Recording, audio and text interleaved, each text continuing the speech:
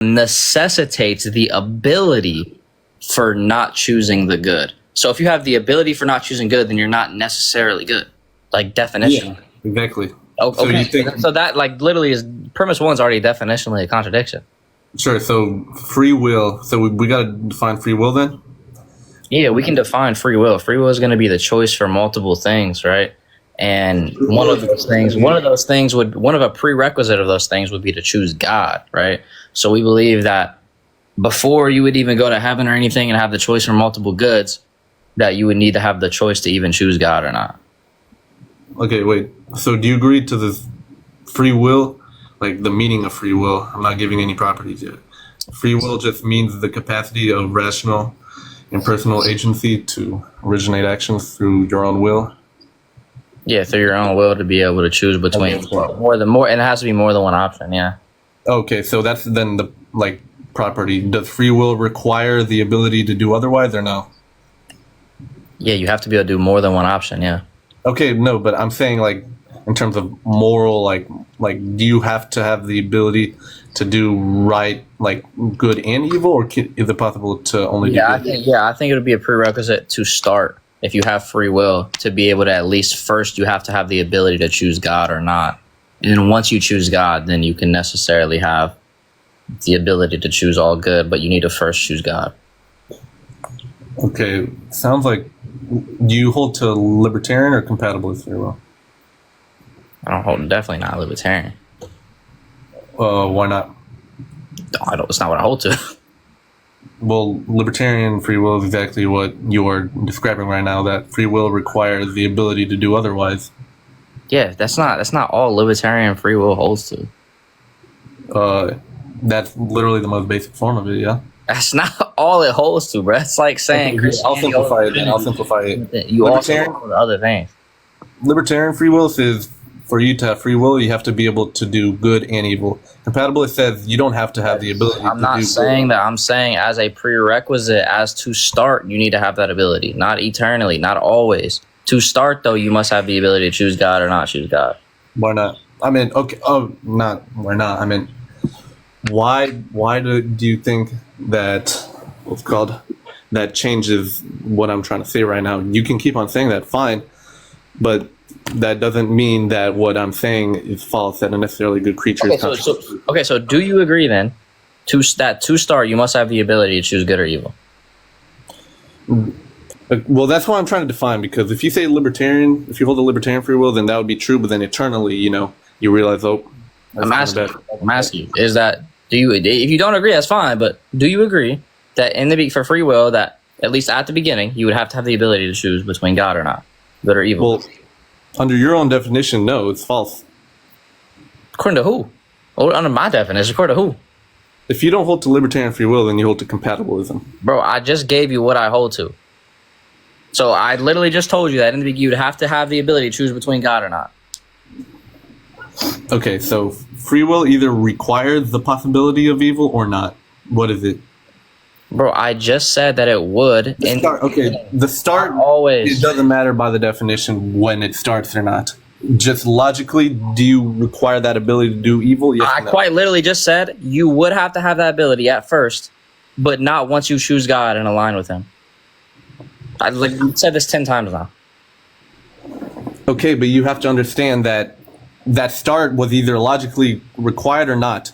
Yes. Then you hold to a contradictory definition. No, I don't. I literally said it is required until you choose God and align yourself with Him. Here, I'm going to simplify it real quick. It's a contradiction. Okay, look. Free will, it doesn't matter. No, what's a contradiction? It doesn't matter the context or the subject. No, what is a contradiction? Free will either requires the possibility. What is a contradiction? Evil? Bro, no, don't go on a tangent. Contradiction is P and not P. That's what you were... In the same sense, right? Yep. Okay, so what's the P and not P here in the same sense? Okay, here, that's what I'm going to try and show, and then you're going to deny it, but then that's fine. I just want the P and the not P. Okay, you're saying that free will both requires and does not require the possibility of evil. So what is it? No, I said that it requires it in the beginning before you choose God, and after it does not require it. Pretty simple. Okay, but in the beginning, when it comes to the definition, is irrelevant because Definitions don't care about exact context. It just cares about itself. Okay, whether beginning or not. Are you, bro? Bro, are you required to take a driver's license test before you get your license? Dude, that literally is. Nah, answer the question. Are you required to take a driver's license test before you take your before you start driving? In America, yeah. That's Okay. legally. Are you required to take your driver's license test after you get your license? Take your driver's license. If I answer these questions, will you get to my point after? This is literally getting to the point. All right, fine. Are you required to take your driver's license test after you get your license? Yep. What? Your driver's license or permit? Your driver's license test. Oh, no. Okay, so you have to both take your driver's license test and not take your driver's license test? Nope.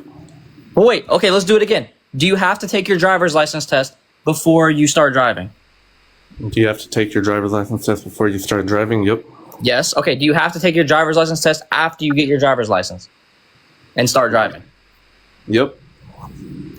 Where the frick do you have to take your driver's license test again after you get your license? Oh, What are I you thought you talking said about? that you didn't have to. Bro, what do you have to take your driver's license test after you get your license? No, I said no already to that. You said yes just now. I thought you said that you didn't have Boy, to. you slower than a box of rocks, bro. I'm moving on. Oh my goodness, bro. He's slower than a box of rocks, dude. This is what I'm saying. They can't comprehend the basics, bro. The basics. Junk embarrassing. Bruh said, yes, you have to take your driver's license test after you get your license. Oh my God. Ain't no country where that exists. Bro, John, embarrassing. They don't have basic comprehension. Every time it's the same attitude too, bro. Every time, dude. Hey, buddy, remember when you got cooked by Libiano? Oh, yeah, I do. You got cooked. Give me one argument he gave. That's what I thought.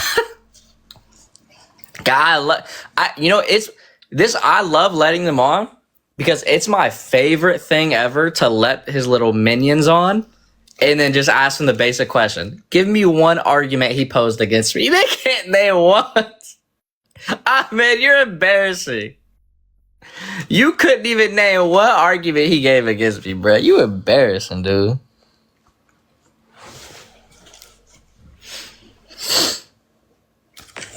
Hello? Yo, hello, hi. Yeah, what's going on? Hi, so I'll prove Christianity is illogical. So, do you know what John 14:28 says? Yes. So it says, the Father is greater than I, but you guys believe everybody in the Trinity is equal. Yeah, he's greater in position because it says that the Son, when he took on flesh, he made himself lower than the angels, simply in position because it's better to have a localized presence in heaven than physical to have a localized presence on earth. Just like right now, the saints are greater than us because of their position being in heaven while we are on earth. When you say position, what do you mean by position? We mean a localized presence. Could you elaborate on that? I'm not familiar with that. It means where your presence is manifesting. So like your physical position is what you're talking about. Yeah. Oh, okay. So how do you know that's what Jesus was referring to in that verse? Because if you read Philippians, it says what it means for him to be lower. It says by him taking on flesh, he was made lower for a little while. So how does Philippians justify another book? Because they're all coinciding together. The apostles are in agreement. No, but I'm saying how is that Philippians in relation to what we're talking about? Because Philippians is explaining what it means for him to be lower for a little while. Really? What does it say again?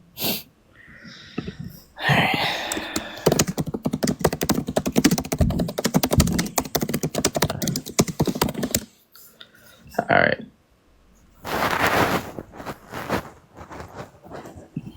I'll go to Philippians. And I'll read. You can even read Hebrews too, bro. All right. But we see Jesus, who was made lower than the angels for a little while, now crowned with glory and honor because he suffered death, so that by the grace of God he might taste death for everyone. So for him to be made lower than the angels for a little while literally means that he was on earth. That's what he says. Oh, okay. So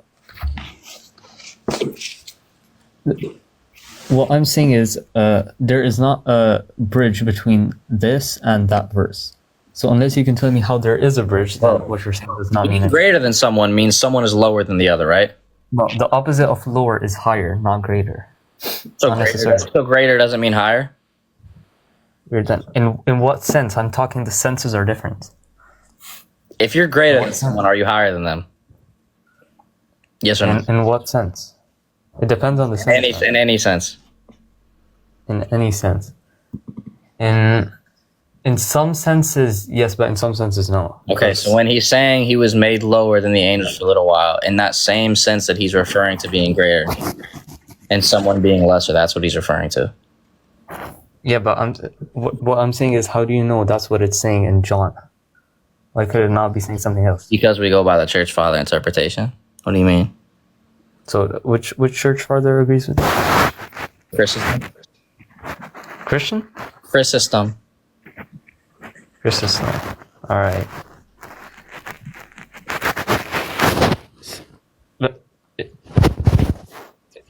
Hear me? Yeah. I will. So could you? He left. I swear, it's funny, bro, because when he said, can you hear me? It kind of sounded like he was fake trying to make himself act like he was lagging, bro.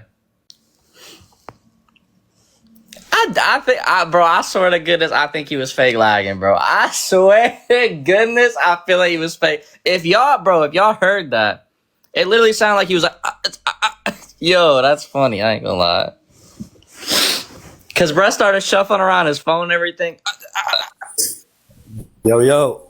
What's going on? All right, bro. So look, I don't want to argue. I ain't here to debate nobody. Truth is, I think you're right. But even more than that, I really could use $200. So if you got like 200, you just giving away. You might as well make it. Dude, this ain't a charity, brother.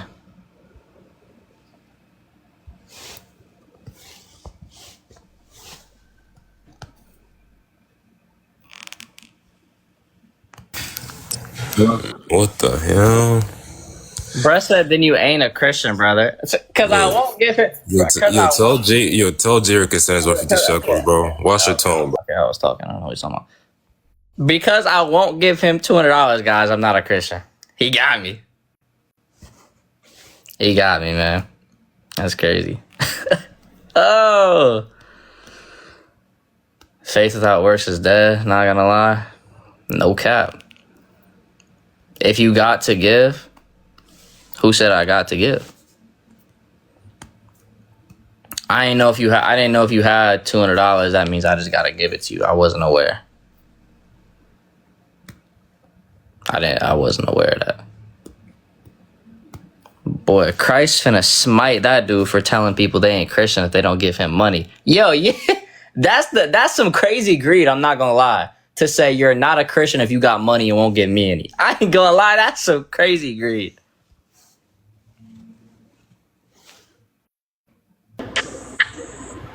Hello. What's up, Nicholas? What's going on? What's going on, bro? So,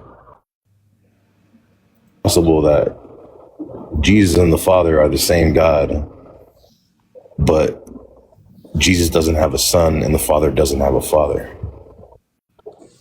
Aren't they two gods at that point? Nah, because they have the same essence. So the Father has a father? Who said that? Well, Jesus is God, right? Yeah. And Jesus has a father, right? Yeah. So God has a father. Why does that mean the Father has a father?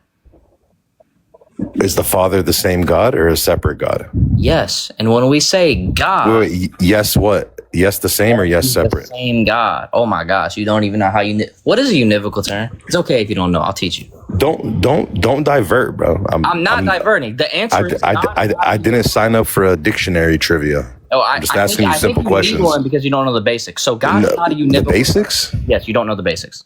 Yes, you don't know the What? Oh, so the basics aren't having a father and having a son basics. Let's see if you know being the the basics. same? Wait, let me stand corrected. What is the difference between a person and a nature? A person is an agent, a living agent, and your nature are the things you're breathing, stuff like that. What's an agent? An agent is a person, a living. You just said a person thing. is an agent, and then you just said an agent is a person. Brother, what's an agent without using the word? So wait, hold on. So a person isn't an agent? You said a person is an agent, and then I asked Is you a what an agent okay? I answered your question. You're doing No, your you best. didn't. I said, what is a person? You So said agent. so a person isn't an agent. Bro, Look, oh my God. You ended up diverting There's all no of way, this, there's bro. no way. Bro, You I ended up said, what is diverting the agent? whole thing, bro. Look, Listen, see? you're being You circular. ran away from the question. Listen, you're being circular. I asked you, what is a person? You said an agent. And then I asked you, okay, what does it mean to be an agent? You said a person. That's Okay. circular. Okay. What is an agent? Okay. Bro, are you going to ask me for the definition of everything I tell I just you? want to know what an agent is. Is a person an agent? What is Yes or no? Yes. What? I don't want to Okay, know so why the very fuck did you ask me a second time? Because what I an know agent you don't was? know what an agent is. So what's an agent? No, bro, because you're running. Just admit What you're running is and an you can't agent? answer. Dude, what so is you an got agent? two separate gods. One has a son, one has a What's an father, agent? right? What's an agent? Skip that. You have two separate gods. Don't run. We're not. I'm not running. No, you're running, bro. What's an You agent? changed the subject first, Nicholas. What's an Nicholas. agent? Answer my question. I'll answer yours first, bro. I already answered yours. No, you didn't. I'm no, showing you asked you me. don't know what You the asked me what a frickin' person person was. I even told is, you a dude. person is an agent. We both agree, and then What's you an decided agent? to ask me what an agent is. What's an agent? If you want to run, bro, just say I can't. Answer What the is an question. agent, dude? I don't know why you can't answer basic. Okay, we're both gonna do this. What's an agent? What's a father with a father? Yeah, I'll give you one more chance to answer. What's an agent? I'm gonna give you one more chance before you. I'm gonna give you one more chance. Bye bye, buddy. Bro, forgot whose lie this was. Bye bye. Like what? I'm gonna give you one more chance. I think he ran a lie. It's only embarrassing. Now, guys, my point was made clear. My point was made very clear, guys. Mister, a person is an agent. Okay, what's an agent? Well, an agent is a person. Oh, what's a person? What's an agent? Oh, what's an agent? Oh, what's a person? You slow, yo.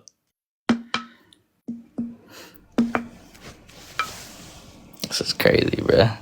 That's mad embarrassing.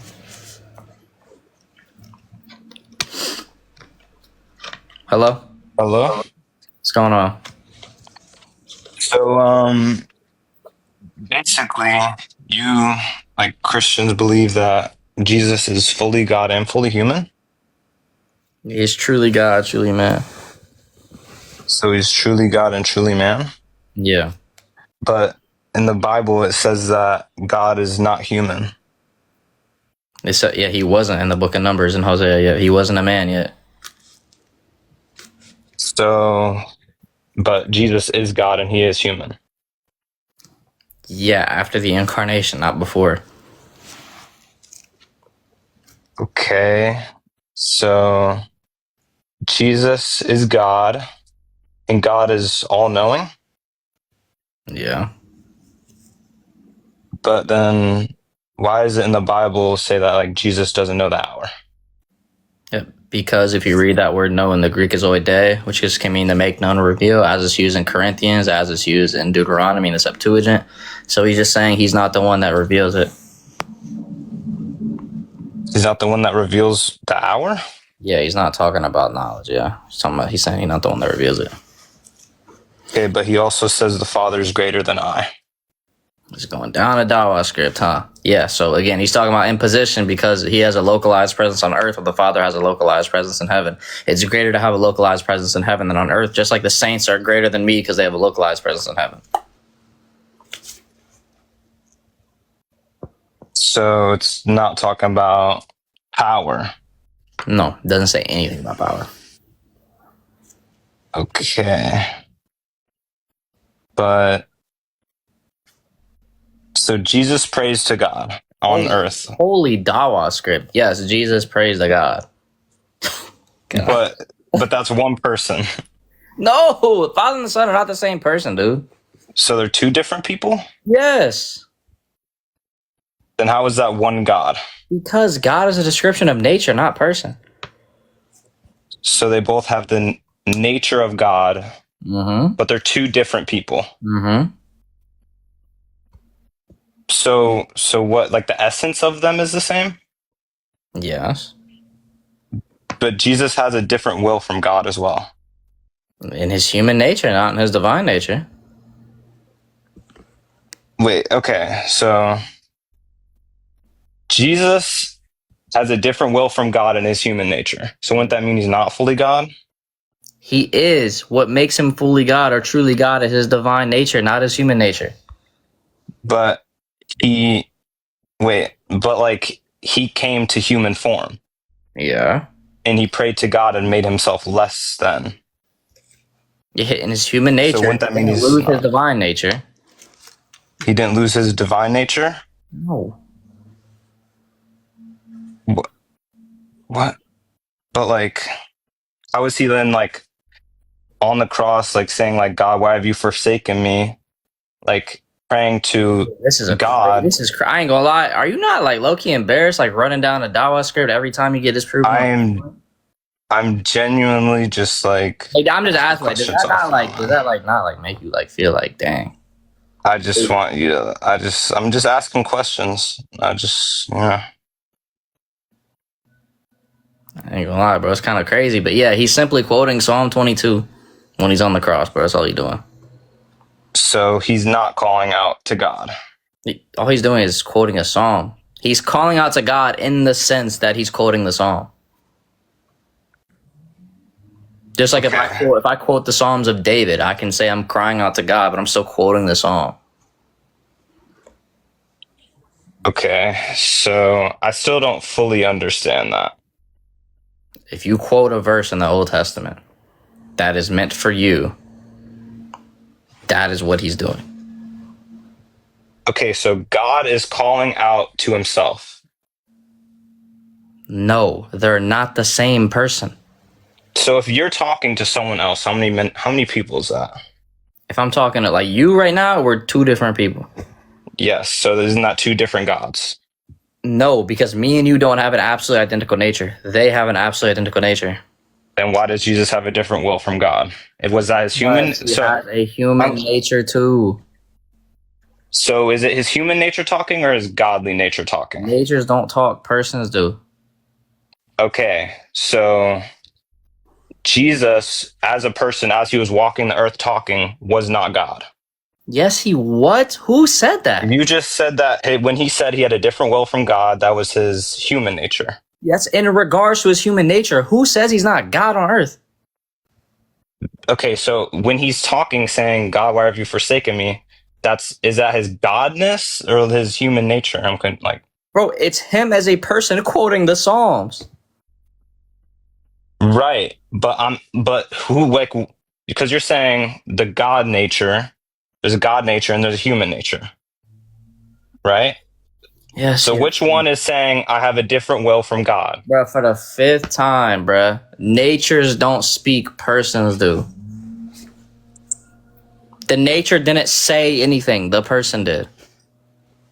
So Jesus, like, his words were his human nature. So was that his godly nature talking on earth or like what? Nah, this can't be for real. Nah, tell me I'm tripping, bro. I can't do it. There's no. Did I not 20 seconds ago just say natures didn't talk, and then 5 seconds later he literally said which nature was speaking? Am I being gaslit? Tell me I'm being gaslit, bruh. Someone tell me I'm being gaslit. There's no way. Nah, this can't be. You're tripping for telling him after the third time? I'm trying to be nice, man. I ain't gonna lie. I was trying to be nice, dude. You got proven wrong, and that guy proved you wrong. Oh, did he? That guy proved you wrong so bad that you couldn't even handle it, and you kicked him What off. point did I get proven wrong on? Just The curious. human nature. You're saying that you're even saying it yourself that he had a human nature while speaking it out to God. That proves that he's not God. I said the natures don't speak. Did you hear that part? Yes, so human natures don't speak. No, natures don't speak. Do you think natures speak? I don't believe nothing you believe, buddy, because you got proven wrong. Do natures And speak? In your worldview, do natures speak? It's clear that you just got proven wrong, In your worldview, do natures speak? and now you're just backtracking. Yeah, that's what I thought. That's what I thought. That's why sometimes I love keeping the trolls up that say I got proven wrong just to show how slow they are. Sometimes I just want to show how slow they are. That's it. It's fun to do. It's fun to do.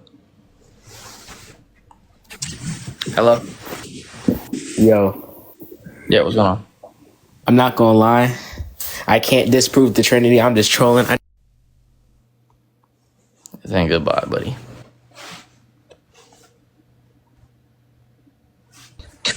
Hello? Hey, yo, bro. What's going on here? What's up, man? What you got? So, you said to prove Christianity or the Trinity illogical. Okay, cool. Okay, so this is really simple. So, like, I know you're going to try to use semantics and all that, but I'm going to ask you very simple questions. Is God all-knowing? Yes. Did Jesus know the hour? If you're talking about have knowledge, yes. He did not. So then why did he say he didn't know the hour? Does the word know in Greek is oide. That word just can mean to make known or to reveal, as we see used in 1 Corinthians as well as Deuteronomy. He says neither does the Son, neither do the angels in heaven. But What does the word what does the word know mean in Greek there? in Greek, it doesn't matter. He said he does not know. Wait, it doesn't matter what it was originally written in? Did Jesus speak Greek? Wait, so the original Did Jesus speak? Because that's not the original. Yes, he spoke Greek. No, he did not. Do not get on here and lie. No, why did Jesus quote the Septuagint? He didn't. This is what I'm telling you. You want me to prove to you he quoted the Septuagint? You can't prove anything to me with an incorrect Bible, bro. Your Bible is falsified. I'm not about to Prove it. Bro. I will prove it, bro. Watch this, bro. I promise you, this is so much nonsense that you guys even deal with, bro. You don't Prove it. Stop yapping and prove it. I'm gonna talk how long I want to talk. So No, you're not. Prove it. it. So then drop me because you're scared. All right, then. Like I said. Then I will. Like, who do you think you are? Buddy. Buddy, you're random on here thinking oh my God, I'm so scared. Buddy, nobody knows who you are, bro. Nobody knows you, bro. You're up through. Bruh said Jesus didn't speak Greek. That's how I know you literally slower in a box of rocks, but I ain't gonna lie. Hello? So my issue with the Bible, and I'm not trying to, be controversial. This is just my issue. I have a few different issues, but God's depicted as a he. He sent down his only son, which is another man. The first human being ever made was a man. Woman came from man's rib. Who's the head of the household? Man. So to me, it stems from an aspect of misogyny. So What's misogynistic about any of that? Because it's promotion for men. It literally says that you must treat women as you treat the church. You must love women as you treat the church. You must love them. You must adore them. Well, of course. There is a whole chapter in the Bible dedicated to specifically women and how beautiful they are. There is not that for something that is just man. Is God depicted as a father? Yes. What does it have to do with what I just said? That proves everything that you just said wrong because it's misogyny. That doesn't answer. So why is there a chapter in the Bible specifically dedicated to how beautiful women are? You gave the woman a chapter while the whole creation was created by a man. Do you think he was a male? No, you guys think he was. No, we don't. Oh my gosh. You think that when we say God's the Father, we think he's a male? What do you mean? What do you mean by do you think? Define a male. What's a male? A male is biological. A male is logical. A male is biological, right? Who was the first person that came? A male is biological, right? What do you mean a male is biological? A male is biological. I don't know how easier to put it. You Yes can or no? depict a male. I guess so. Okay, But do we believe the father is biological? do you believe the father is biological? Are you talking about who you depict as God? The father. Do we think he? Suddenly, you don't know what words mean anymore. Do we No, think I the do know father what has words biology? mean. You're talking about the father, the depiction of God that Christianity has the father. The same father you've been talking about this whole time. Do we believe he has biology according to the Bible? I don't know what you guys believe. Great. Now you don't know what we believe. Thank No, you. I know what you claim to believe. Embarrassing. Bruh, like this is so embarrassing, dude. You come on here talking and it's suddenly I question you. Suddenly it's now I don't know what you guys believe. You came on here heavy knowing we believe. Now you don't know we believe. This is crazy, bro. This is crazy. You come on here all confident and I ask you one question is suddenly I don't know what you believe. Bruh. He finna go to his following after this. He gonna say, the females, they gonna love this one. Hey, the Bible is misogynistic. We feminists over here. The girls gonna love this one. What do you mean I'm scared? You said you don't know what we believe. What's the point continuing the conversation? You literally admitted we don't know what you believe. You don't know what we believe. Like, what? What are you talking about? Hello? Hello? Okay, good talk. You hung up, yes, because you said you don't know what we believe.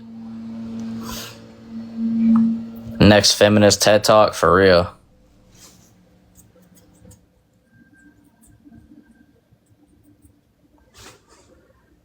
He said the woman gonna love this one. The P31 is gonna love this one. Hello? Hello? What's going on? What's up? How you doing? I'm good. What you got? So, I was talking with some other, they were, what's call it? Like, I forgot what the religion was, but they were teaching me about y'all's religion, and I kind of almost gave into it, like real fast. Alter ego. Right. You keep saying I'm scared. If you could actually come up and answer my questions without saying I don't know, then we can have a conversation. So there's your challenge. Go ahead. What did you almost fall into? Okay, so I'm pretty sure your religion, based off what some other people was telling me, I almost gave into it. My religion?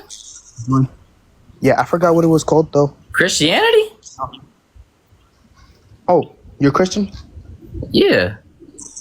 Oh, I thought you were talking about like Islam and stuff like that. You almost gave into Islam?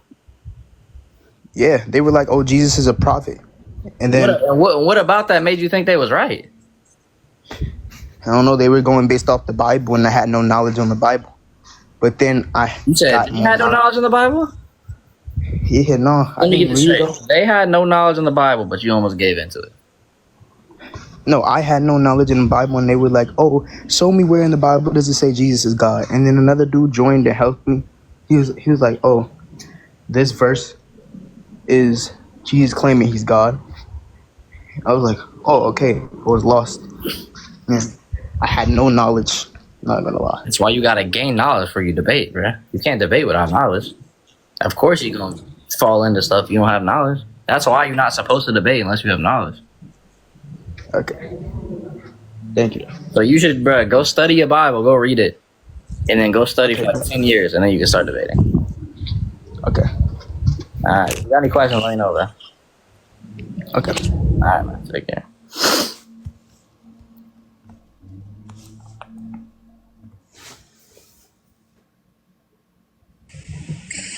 Hello? What's up, brother? So, you're a Christian, right? Yeah, and by the way, I swear 10 years, bro, because most people ain't gonna study like some of us do. We're like, I literally study every single day for the past 4 years, and that's why it's okay for me to debate. Most people ain't gonna do that. So yes, 10 years for normal people. Yeah, I'm Christian though. Okay, brother. So my question to you is, explain to me, just break down the Trinity real quick in like just 20 seconds. Three distinct persons that have one essence. Okay. So, if God already knew everything, right? If he already knew what the world was going to be from beginning to the end, why did he still do the things he did in the past? Because he still wanted to create us. It's still better to create us than not to create us.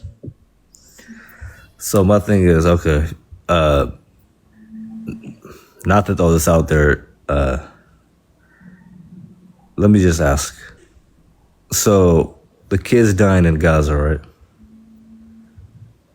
If there are children, innocent children dying, and he already knew that, and people were going to suffer, what was the purpose of that?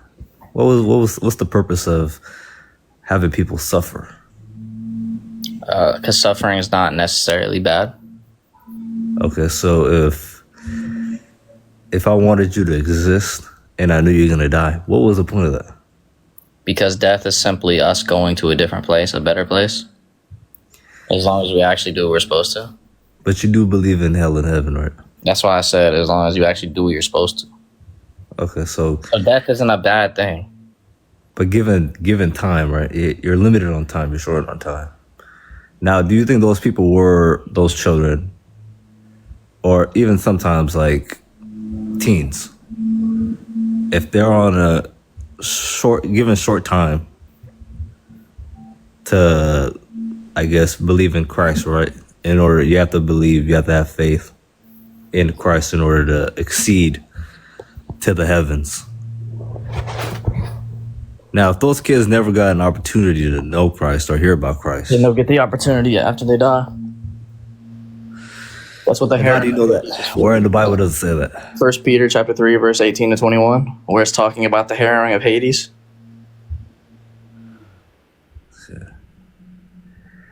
All right, let me ask you. Do you believe in good deed and bad deed? Yes. Okay.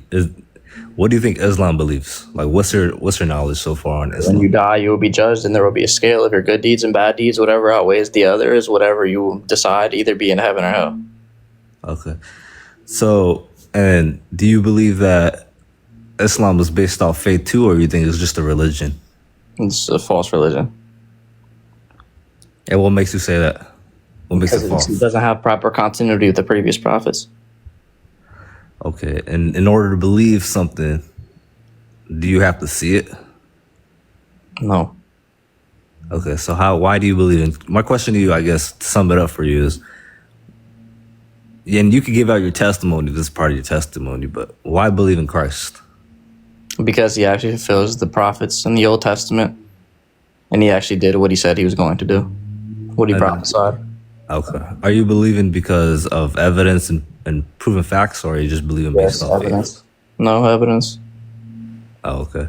And how's your faith with Christ? It's good. Okay. All right. Well, that was it. I didn't want to come over here and debate. I just wanted to just pick your brain a little bit. All right. Appreciate you having it, man. God bless, brother. God bless. I said 21 questions. Hey, man, what's up? I'm a Christian, but I just want to make a few points and show some contradictions of Islam. Amen, brother. Please, only request if y'all are not Christian.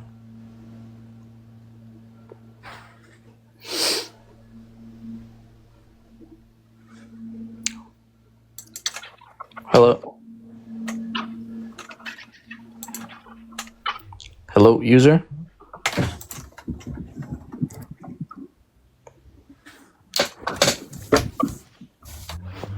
It was 1 Peter chapter 3, verse 18 and 21. Whoever just asked in the comments.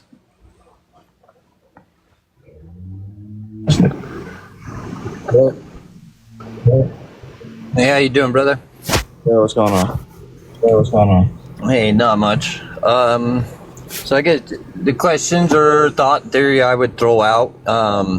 If God is jealous, I'm curious why. That's just anthropomorphic. If there are no other gods. You have a crazy What's that? You have a crazy accent.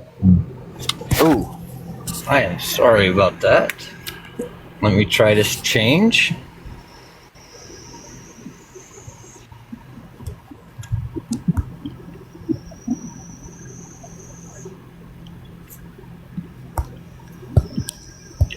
Okay, is that any better?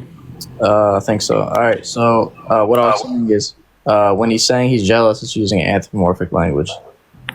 It's what language? Sorry. Anthropomorphic. So what's that mean?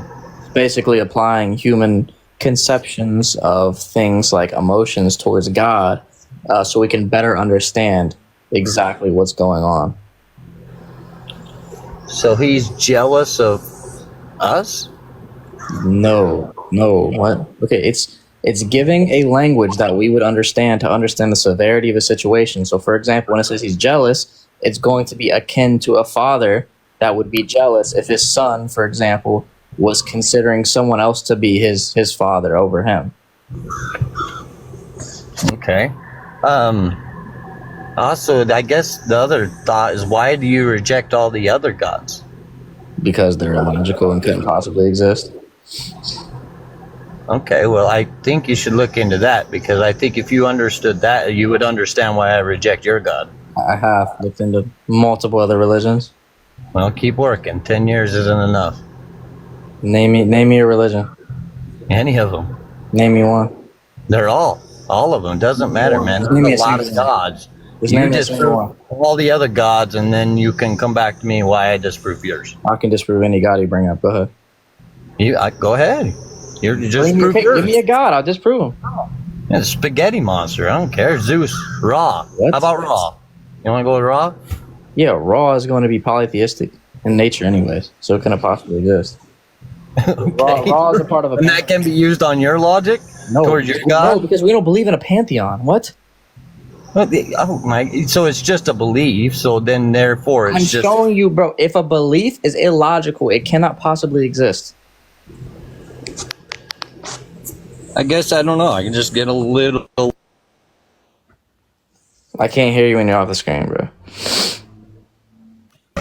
I just didn't. I don't get it then. So I mean, The point is I can disprove any Christianity God right there when you can disprove all the other gods. I don't know why that don't disprove. I literally just said I can disprove any god you bring up, but you cannot disprove the Christian God. Okay, so then how? Why not? Why can you not disprove that? I don't understand what you're saying there. You cannot disprove the Christian God. You can try. Please try if you want, but I can disprove any god you bring up. Well, I can disprove him right now. He's not here. He can't answer you. He can't answer me. Okay. All right. So there you go. Disprove. All right, great. So you can make shit up now and start trying to make me like he lives here and he's around and all knowing, but he's not. Is a person on a desert island? The tribes of people on a desert island, are they here right now? Of course not. Can they answer you right now? Of course not. They don't exist. Disproven. Well, there's bones. There's evidence. Geology. No, you said if he's not here right now, can't answer you. Yeah. Disproven. No, that's your job, bro. You said because they're not here right now, can't answer you. Disproven. Yeah, that's true. Okay, so then because the people on those islands aren't here right now and can't answer you, they're disproven, right? Sure, if you want to say that, but I'm talking more about God, right? Which was never here, never created. Nice. So people on those islands, those tribes, those islands don't exist. Nice. You're doing great. Well, you know as well as I do, they did. You just said they didn't. Okay, so they did. I don't care about that. We're talking about God. Bruh.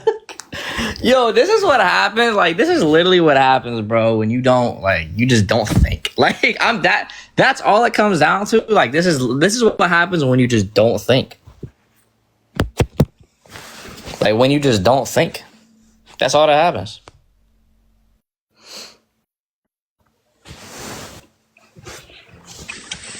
Hello? Yo, what's good, bro? Can you hear me? Yeah, what's going on?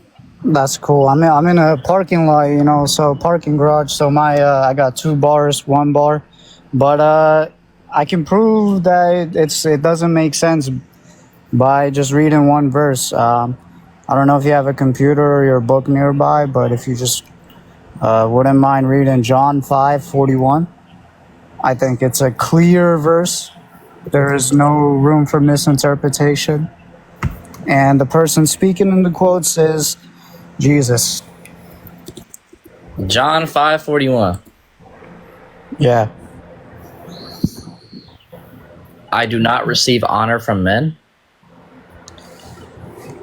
Which book are you reading?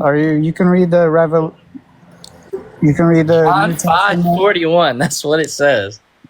Yeah. Well, in the King James and the new, I'm not sure what new internal version, new whatever. I'm there right now. I'm in the New King James right now. Yeah. Well, John 5:41 says, "I don't want any worship or praise." No, it does. doesn't. It No, does, it bro. doesn't.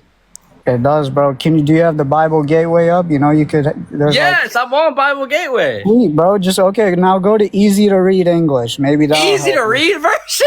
Yeah, maybe that'll help you. You know what I'm saying? Bro, you want me to go to the easy to read version? Bro, don't laugh at me when it's gonna be helping you. You know, it's still a I'm Bible. there right now. The verse Okay, says, go to easy to I read. do not receive honor from men. Because you needed something easier.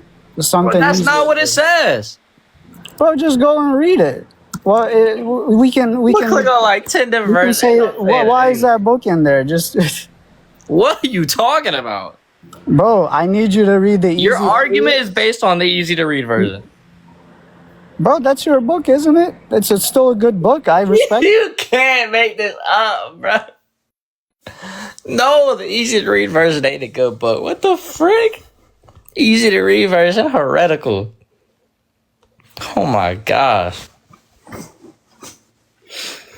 This is crazy. More money. Before next Monday. You feel me? Hello? Yo. Hello? Especially if I can pick up overtime. If I can pick up overtime, then I'm taking it. Because that'll be quicker. You feel me? Alright, bro. I don't want to hear about Brez overtime, so I'm just gonna. Indeed.com, buddy. Indeed.com.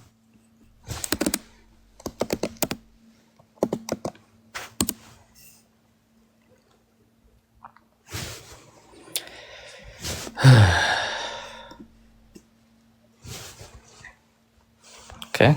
I don't know. This person is not connecting.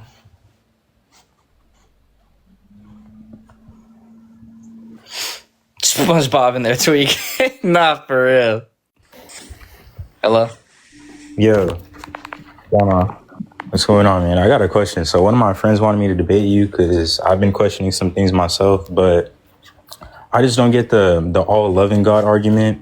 If you could explain, one thing I bring up a lot is like the babies being born with cancer, suffering, things like that. And then the excuse is always, oh, in God's plan, it's all for a reason, things like that. But can you go into that or explain your point of view? Your friend wants you to be embarrassed. It's crazy. Yeah. He's loving, so everything that happens is going to be for a reason or it's going to have purpose.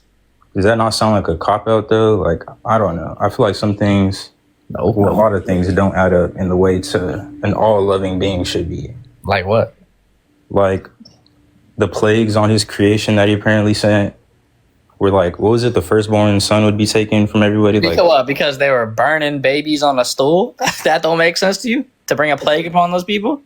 Yeah, but all of them weren't doing that.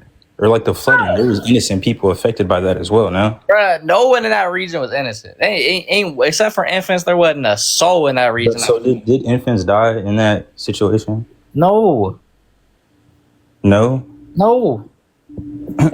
When he sent the firstborn plague, the firstborn was for the firstborn son that was of age. No, yeah, but I also included the floods as well, but okay. The floods were for the Nephilim. Okay, well, another point for the all-loving thing, like, what do you believe hell is? Like, do you believe it's a physical place or like a state of mind or just being away from God? Hell is a physical place, and it's actually in the same place as heaven. It's about your disposition towards God, right? So hell is going to be, say you reject God and you reject the only source of goodness, then that's what hell is, because you're rejecting the only source of goodness and there's no good. Okay, well, I wouldn't think an all-loving being would be fine with being away for eternity because you didn't accept in I this just said specific. heaven and hell is the same place, bro. No, He's but not away for eternity. I thought that's what it was. Like the relationship you don't have with God for eternity. You don't. You don't have a relationship with him because you reject him. That doesn't mean he's still not there. Specific. The Psalms clearly say that God's presence is even in hell. Why is there no form of like redemption through hell? Like, why is that just the ending? Say all be all, like you're done Yeah, forever. because once you're in hell, your dispensation towards him isn't going to change because you've already been stuck in your ways or have a hardened heart. You get your opportunity here, and then at some point your heart becomes so hardened that you don't even care to change. That's what hell is. Hell is the people that do not care to change. So would you say God is a fair God then? Yes. So how does everybody not get the same opportunities, the same They do. spawn points? We don't. We do. Like I said, some babies are just born with cancer and they die early. They don't get that. And they would get the opportunity to choose Christ when they die. That's what him going to Hades was for in 1 Peter. Okay, so what about the people that aren't exposed to Christianity at all? Like how You would you also get the opportunity to accept Christ when they die. If you were never exposed to Christianity, you would also get the chance to accept I Christ. don't see that being a fair situation when some people are exposed and some aren't, yet they still have. Bro, I just said if you're not exposed, you'll still get the chance to accept Christ or not when you die. Yeah, but that's when you die. But other people are introduced to them, or the religion at an early age, and then having to follow it throughout their whole life, or else like. How's that not fair? What's the difference? The only thing that would be not fair would be I was never exposed to Christianity. I wouldn't have a single worry about religion in my entire life until I died. That's a different situation than being exposed at a young age and then having to go through it. Say then you don't have any exposure to Christianity and you die, you accept Christ. You will have less reward in heaven than someone who was able to endure their entire life through Christianity and become holy. That's the difference. So I don't see fairness in that reward system either, because if I didn't get the chance to, why do they get a chance at more rewards than I do, even though I wasn't exposed to it? Bro, what do you mean? See how that doesn't make Actually, sense? bro, matter of fact, I would rather not have to endure. It'd be better to not endure.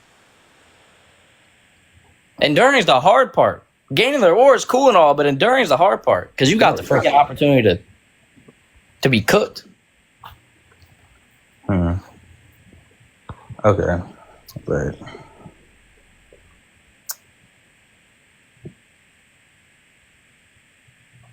got anything else? I'm thinking right now, but I don't know. Like, I just think somebody that I love, if they didn't accept me, I couldn't see in any possible reality why I would want them to eternally be away or without a chance of redemption in hell or something like that. Say you're the only source of goodness and then someone you love rejects you. How are they going to receive goodness anymore? Or should you force your goodness on them? I wouldn't say force, but like just allow more opportunities in a set, like minimal lifespan. So if someone rejects you, you want to keep giving them. If I were to die tomorrow, brother, that's what I know. You not one, but that's what Grapus said. I know right now she don't like me, but I'm just gonna keep going. Maybe I can make her like me. That's not good. No, that's not my point. But I'm saying in the time span that we all have here on this planet Earth living, it's different for everybody. And I know you said like I'm saying it's so fair for everybody. My point is, if you're the only source of goodness and someone rejects you, should you keep trying to make them, keep trying to give them another opportunity to accept you? When you say it like that, no. No, right? Okay. And if they reject you, that means they reject the only source of goodness. That means what do they have? Just all evil, right? Because they reject the only source of goodness, right? Yeah. Okay, that's what hell is. Okay. So it's not an issue with it. It's just going to be logically following, if you are loving, that's what would happen. Okay. Well, okay. I had one more question regarding, I guess, the convincingness of the Bible, or like the signs that God placed on earth for us to believe. Because I know from my research, like less than 30% of people believe in Christianity, and I know even less than that follow it as they should. Like, do you not think an all-powerful, all-knowing being would have a better way of explaining to his creation, like, yo, I'm here, you should believe in me, rather than rather than coming and raising from the dead?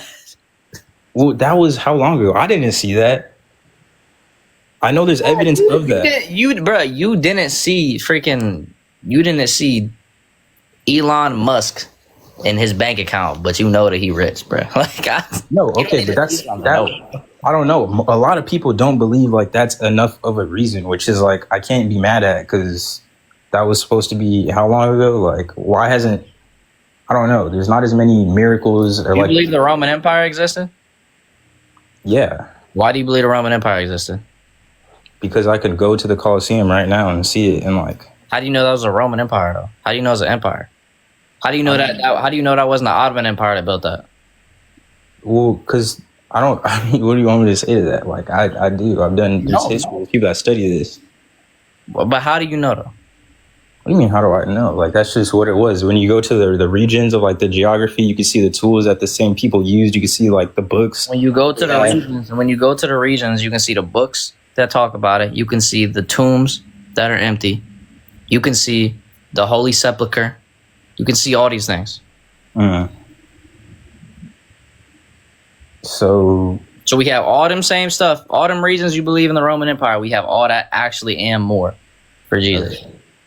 So why don't you think more people, or why do you think so little percentage of people that are supposed to be all his creation don't believe in him? I ain't gonna lie, it's not that low a percentage, bro. There's like 2 billion Christians. No, I know that, but out of all, that's not that low of a percentage. That's less than 50%. If I was a creation, I would want 100%. That's a low percentage, bro.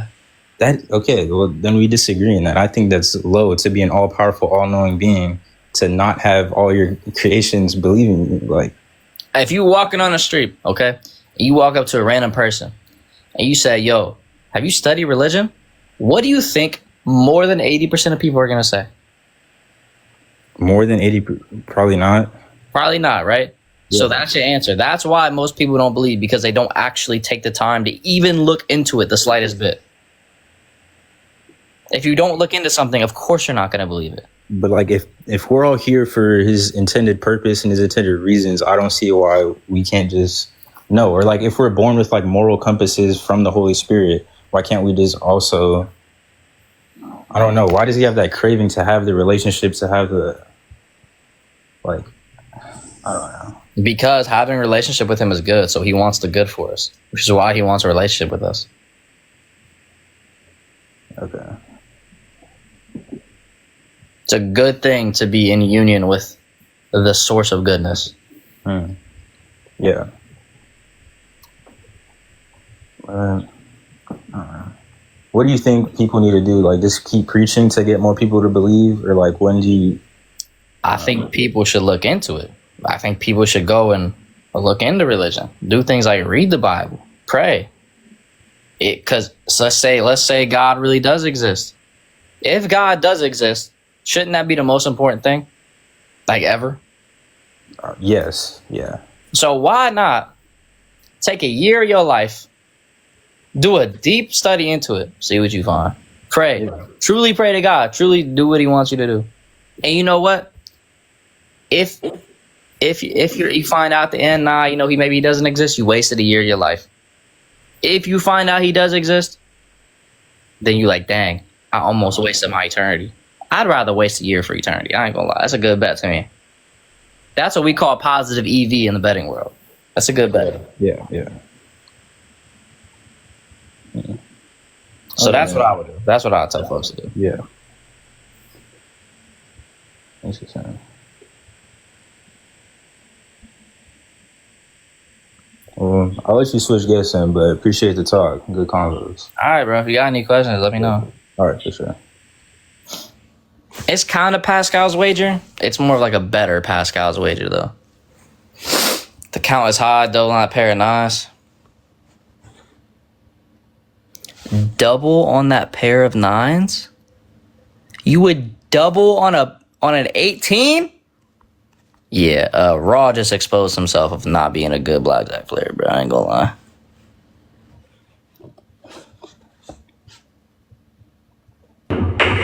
Hello? Yo. Yes, sir. Can you hear me?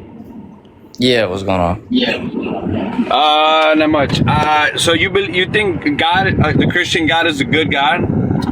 Yes. Okay, then explain to me why in the world would he create evil? He says he creates darkness and he creates evil. he cannot possibly be good if he creates Yeah, evil. that word for evil in the Hebrew is calamity. It just means chaos. It's the opposite. Okay, well he creates chaos. How could that be good? Chaos ain't necessarily bad. Like what? There's chaos at concerts. Dude, the Christian God is evil, bro. Like he killed so many people. Is like chaos necessarily bad? Yeah, it's not that good. I mean, come on, So you're if you go twisting to it a around concert- now. So wait, so if you go to a concert, so if you go to a concert and there's chaos, that's bad. Nah. You're trying to switch words. Now it's chaos, not evil. Evil's evil. Bro, I just asked you if chaos is necessarily bad. You said yes. I mean, it's not good. How is chaos good? Okay, so if you go to a concert, let's say a mosh pit, and there's chaos. How is a mosh pit? How is getting hit in the jaw by a guy's elbow? How's that good? People love going to mosh pits. What do you mean? Okay. Anyway, so why does he promote slavery? You think slavery is good? Oh my, where does he promote slavery? The Bible promotes slavery. What are you talking about? What verse? And I don't know the verses, but you could easily Google it and find tons of verses. Will you let me know you can actually do the research, bro? You can let me know you actually do the research, bro. I ain't doing your research for you. Hello? Hey, how you doing, brother? I'm good. What's going on? Man, my brother, Christ is Lord. Brother, just got a quick question, right? I'm genuinely just starting to begin and learning my faith. But the issue is that I kind of have parts in the scripture which I genuinely do not understand, or if I were to simply read it, they do sound a little bit crazy, right?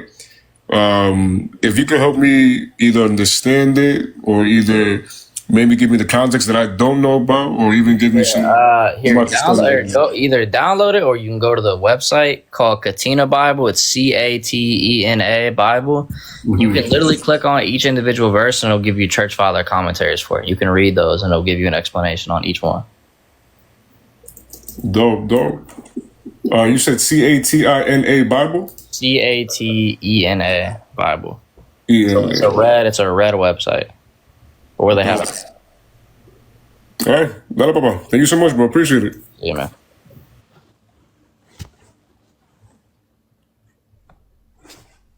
No, Catena. Catena.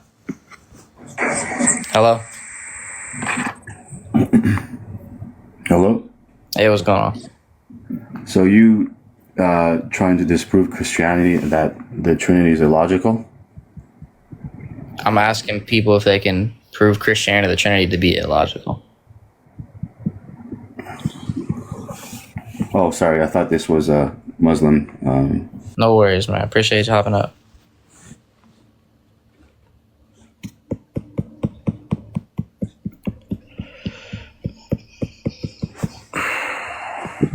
Hello. Hello. Yeah, I think that one guy with the Bible verse John, I think he meant John 5:30. Like, I'm a Christian, but I just want to know, like, I just want to understand that Bible verse. He didn't. He meant 40. That is what the easy version says. It's just slow. Okay, we can go over to John 5.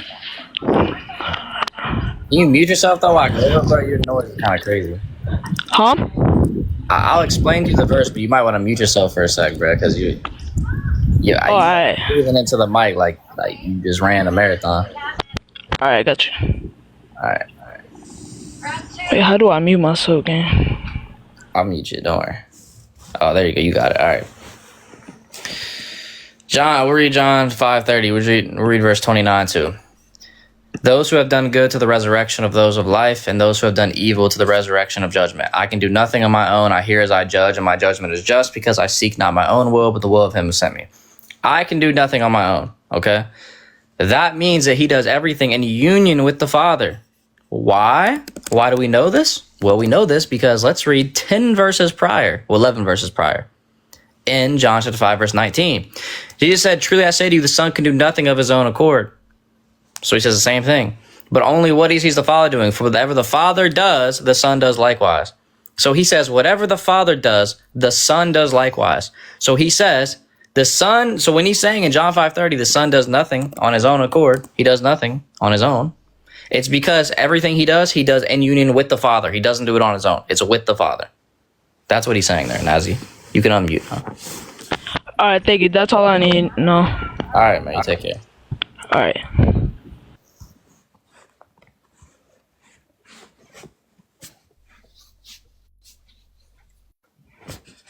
Oh, the person's not connecting.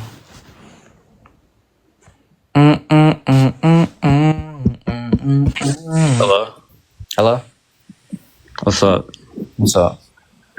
Can I give a syllogism for against omniscience? Sure. All right.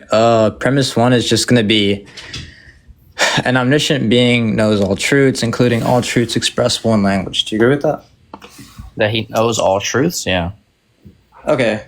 Premise two is that it's logically possible to construct a self-referential sentence. Do you agree? I'll give you an example. Sure. Yeah, like this sentence is not known by any being. It's like logically possible to create that type of sentence, right? A sentence that's not known by any being? Yeah. It's just logically you can conceive of a sentence like this sentence is not known by any being, right? Not if it has truth value. Yeah, but like can I? So when I say like the sentence is not known by any being, if it's true, then like God doesn't know it. But if it's false, then that would create a contradiction. Because if it's I got you. If it's false, then it is known by some being. But that would make the sentence true because it claims it's not known. So when I say like the sentence is not known by any being, right? But that if someone knows that sentence, that would mean that sentence is true. But that would be a contradiction. Yeah, so he can know that sentence and the fact that he knows the words or he knows that you're going to say it. Not that he knows it's true, but he knows the actual words that exist. Yeah, but omniscience would be to know all truths, right? Yes, to know all truths, but you can also know things that don't have neither truth nor false value. Mm-hmm. So I can know the English language. The English language doesn't necessarily have truth or false value, but I can still know it. God still knows the English language. Okay, so you're saying that like if it's known by some being, so God knows that this sentence is not known by any being. That's what you're saying, right? Yeah. So okay, he knows the sentence exists, and he right, knows but then that sentence isn't known by any being that besides him. Right, but then that would make the sentence true if it's known by any being. The sentence is not known by any being. He knows it. He can know that no other being knows it. If you're saying no being knows it, including him, yeah, that's just gonna be false. But he can know he can know the sentence structure. He just doesn't know that it actually exists in truth value. No, I'm saying like if it's true, right? Then God wouldn't know it. But you're saying it's not true. Yeah, I know. So you're saying if S is false, right? Let's say S is the sentence, like this sentence is not known by any being. Then that would make the sentence true. That because it is known by some being, right? If it's true, he still knows it in virtue of the sentence structure, not in virtue of its truth or false value. Then God doesn't know all true things? He does know all true things, but he also knows things that don't have neither truth or false value. Yeah, but you're saying the sentence doesn't have truth value? No, I'm saying that words in and of themselves don't have truth or false value. He knows insofar as a sentence structure, which doesn't have any truth or false value. Yeah, I agree that like words in themselves don't have truth value. Yeah, so I can saying agree he with doesn't know it in the sense of its truth or false value, but in the sense of its sentence structure. Sure, yeah, but like, so God, are you saying God does know the sentence or God doesn't know the sentence? Yes, in God terms knows of it in virtue of the sentence structure, yes. Okay, in virtue of the sentence structure, is that like when I say the sentence is not known by any being, is that sentence going to be true or false? Not in its structure, it has no truth or false value. Okay, but is the sentence true or false? Yeah, you can say the sentence can be true or false. It can be leading to something true or false. I'm saying the sentence structure doesn't, which is what he knows. I see. So the sentence is not known by any being. You're saying that God knows that sentence, right? In its structure, yes. Yeah. How about the truth value? Does he know the truth value of that sentence? He would know if that sentence would be true or false. Okay. What do you think? Is that sentence going to be true or false for God, according to your view? Nobody knows that sentence? This sentence is not known by anything. Does God know that sentence is true? No, that would be false. So God, that sentence is false, right? Yes. Okay, then that would make... So it's the truth that sentence is going to be false. Yeah, but then that would make the sentence true because it claims it's not known. Bro, the sentence is saying nobody knows this. He knows that sentence is false. Therefore, no, the sentence is false. Yeah, he knows that. Okay, he knows that this sentence is not known by any being, right? Oh my gosh. No, he knows it's false. Yeah, he knows it's false. He knows this sentence is not known by any being is false, right? Yeah, so it's false. So it is not true that that sentence is not known by any being. Okay, then if S is false, then it is known by some being. Yes, so it's false. Correct. Yeah, but that would make the sentence true, because God So knows. knowing that sentence would make the sentence true. Knowing that sentence would make that. You just said he does know that sentence. Are you saying knowing that sentence make the sentence true? I'm saying that either way you would go would be. I'm asking you yes or no. Are you saying knowing that sentence make the sentence true? Yeah. So, okay, guys. So knowing the sentence, nobody knows this sentence, makes the sentence that nobody knows this sentence true. You just said that God affirms the truth value. Yes. Did you not just say that God knows the truth value of it? Bro, you just said knowing the sentence that nobody knows the sentence makes it true. Yeah, and you said it's true, right? That he knows that sentence. What? You said it's true that he knows. If somebody knows it, then how does nobody know it? If someone knows it, then how would he? It's a paradox. Then it's not true. You just said it's true. Paradoxes don't have to be true. You just said it's true though. No. You just said the sentence is true, but then you said it's a paradox. Okay, look. Wait, can paradoxes be true? Can paradoxes be true? Yes. I'm not sure. What is a paradox? It's gonna be like something that's not a contradiction. You want me to look up the definition for it? Paradox is something that's not a contradiction. Are you dead serious? I can look up the. So you're saying it's a paradox? You don't even know what a paradox is? I can look up the definition for it. It's like if you ask me what a chair is, I can't define a chair. Yeah, I can answer. A chair is going to be something with 4 legs that you sit on. So, like a bed? Yeah, you can sit on a bed like as a chair. So you think a bed is a chair? You can use the bed as a chair. So a bed is a chair. You can use the bed as a chair. You think you think Nick? You think anyone, if they like look at a bed, they're like, "Yo, bro, that's a chair." Like what? I say you can use it as a chair, bro. A chair is going to describe something's use value. So a chair is now something that describes something's use value? That's literally, yes, that's what a chair is. Look, if I get a human and I make him go on 4 legs, right? And I sit on that human, I'm like, yo, bro, you're a chair? Like what? What is a chair? I don't know what a chair is. I can't define a chair. You can't define anything. Can you define a chair? Why? Yeah, I literally just did, yes. You just said, bro, your definition. If you want to disagree with that definition, then provide me with the correct one. Yeah, okay, I can disagree with a definition without providing a definition. If you were to say, I can give you an example. You can disagree with it, but you can't say it's wrong unless you actually. For example, I'm not saying definitions are wrong. Okay, definitions are going to be subjective. I can say a definition is stupid. Like, for example, if I were to ask you to define a dog, and you're like, a fucking pink dildo, right? I could say that's a really stupid definition, bro. Gosh, you can't if you don't know what a dog is. I'm not gonna lie, that's a canine. So then you say it's false because you know what a dog is. So if you're saying my definition, for example, paradox is false, or what I'm saying yours is false. No, but you said host, is a paradox? You said a chair was something with 4 legs that you sit on. A bed has same definition. Do you know what sophistry is by chance? Type shit. What? Yeah, bro. What is sophistry? It's like being fallacious. No, sophistry is using words that you don't know what they mean. That's not what sophistry means. Yeah, that's what sophistry is. I'll look up sophistry right now. I want you to first tell me what paradox means. Let's go to Google. So sophistry is just going to be the usage of fallacious arguments. That's what I said. What? Sophistry is literally using words you don't know what they mean. Let me turn on my camera. Alhamdulillah, bro. Let me turn on my camera. Go ahead. Okay.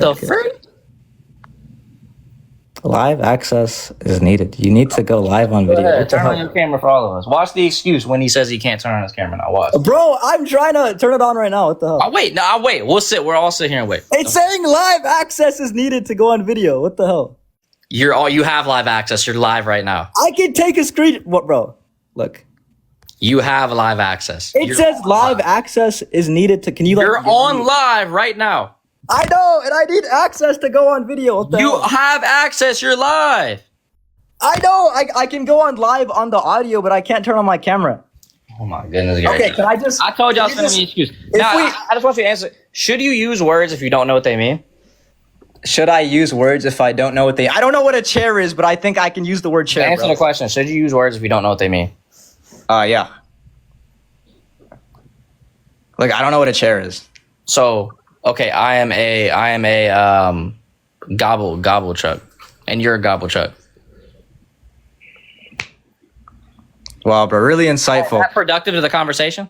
You think a chair is like something with Is four that legs that productive you to the sit on? conversation? Like what, bro? Is that productive to the do conversation? you think a bed is a chair? Oh my gosh, a bed can be used as a chair. But is it a chair? Is it a chair? Yes, it can be used as a chair. Oh my god! No way, bro.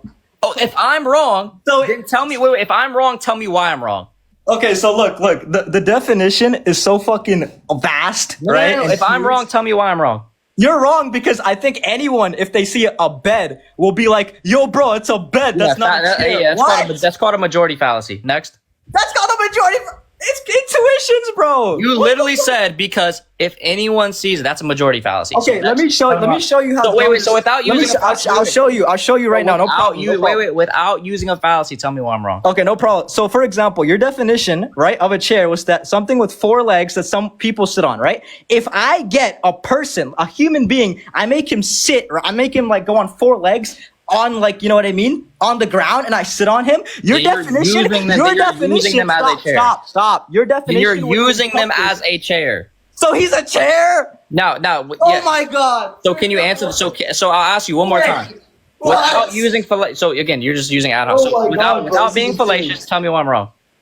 Oh my god. Because no one, if someone sits on someone, right? And no, right? bro. No one without will being say, fallacious, bro, tell me that's a why I'm chair wrong. that I'm sitting on right now. That's a human that I'm sitting Without being, on. What? yeah, I'm saying he's being used as a chair. Listen. Oh my god! I said the definition of a chair, bro. Oh my god. What the hell? Yes, he's being used as a chair. Are you like 200, literally bro. slow? This is Are embarrassing. you like literally slow? Embarrassing. Okay, so logically, okay. If okay, I'm hold, wrong, hold. provide me the correct definition if I'm wrong on my definition.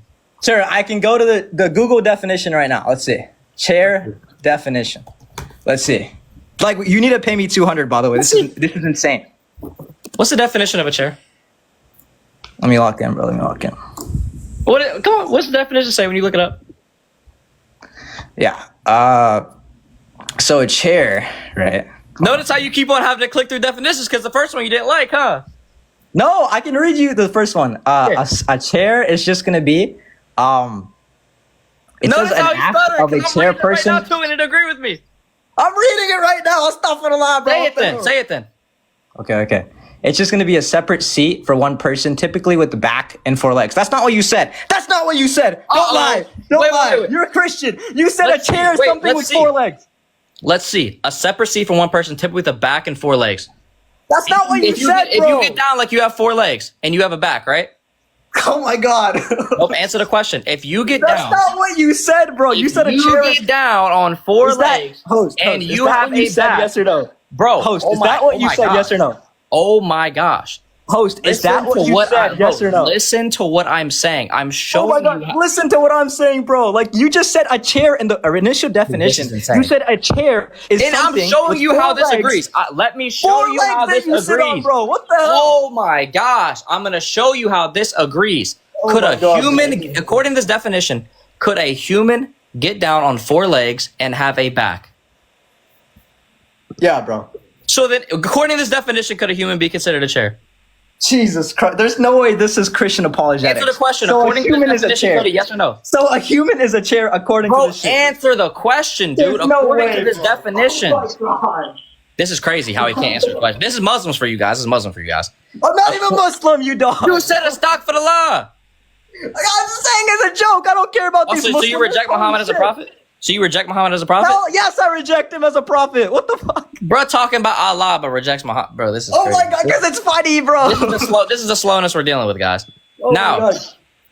now answer Bro, the this question. is- Could you You get know what, down host, on host, I concede, bro. Answer the question. Could you Yeah, I'll get down answer on the question right now by conceding. bro, if you think a chair is a human, bro, okay, bro, according to this definition, bro. Oh, I'll ask one more time. I was gonna move on. Could you get down on four legs, and obviously you have a back as a human, and according to this definition, would you be considered a chair? Yeah, bro. According to the definition. So according to the definition, I was right. I don't think anyone defines a chair like that. I'm not gonna lie. You just read it. No, oh my god, as a human, I don't think anyone defines as a You human just as a agreed, chair. though, that a human can be considered to be used as a chair according to this definition. Yeah, it's just gonna be definitions are just gonna be semantics, bro. Thank you very much. Thank you. So I love how he looked up the definition. Oh, let's look up the definition and see. Slow ad jit, bro. Slow ad jit. Oh my goodness. Bruh, this is crazy. This is crazy, bruh. Yes, obviously anything can be used as a chair. Like, this is basic. Hello? Hello. I can use a freaking bucket as a chair. Like, what? Hey, what's going on? I'm doing good, man. How about yourself? I'm good. What you got? You said $200 to prove Christianity or the Trinity illogical. Correct? Yeah. Well, I believe in Christianity. I am a Christian myself. Thanks for coming up, bro.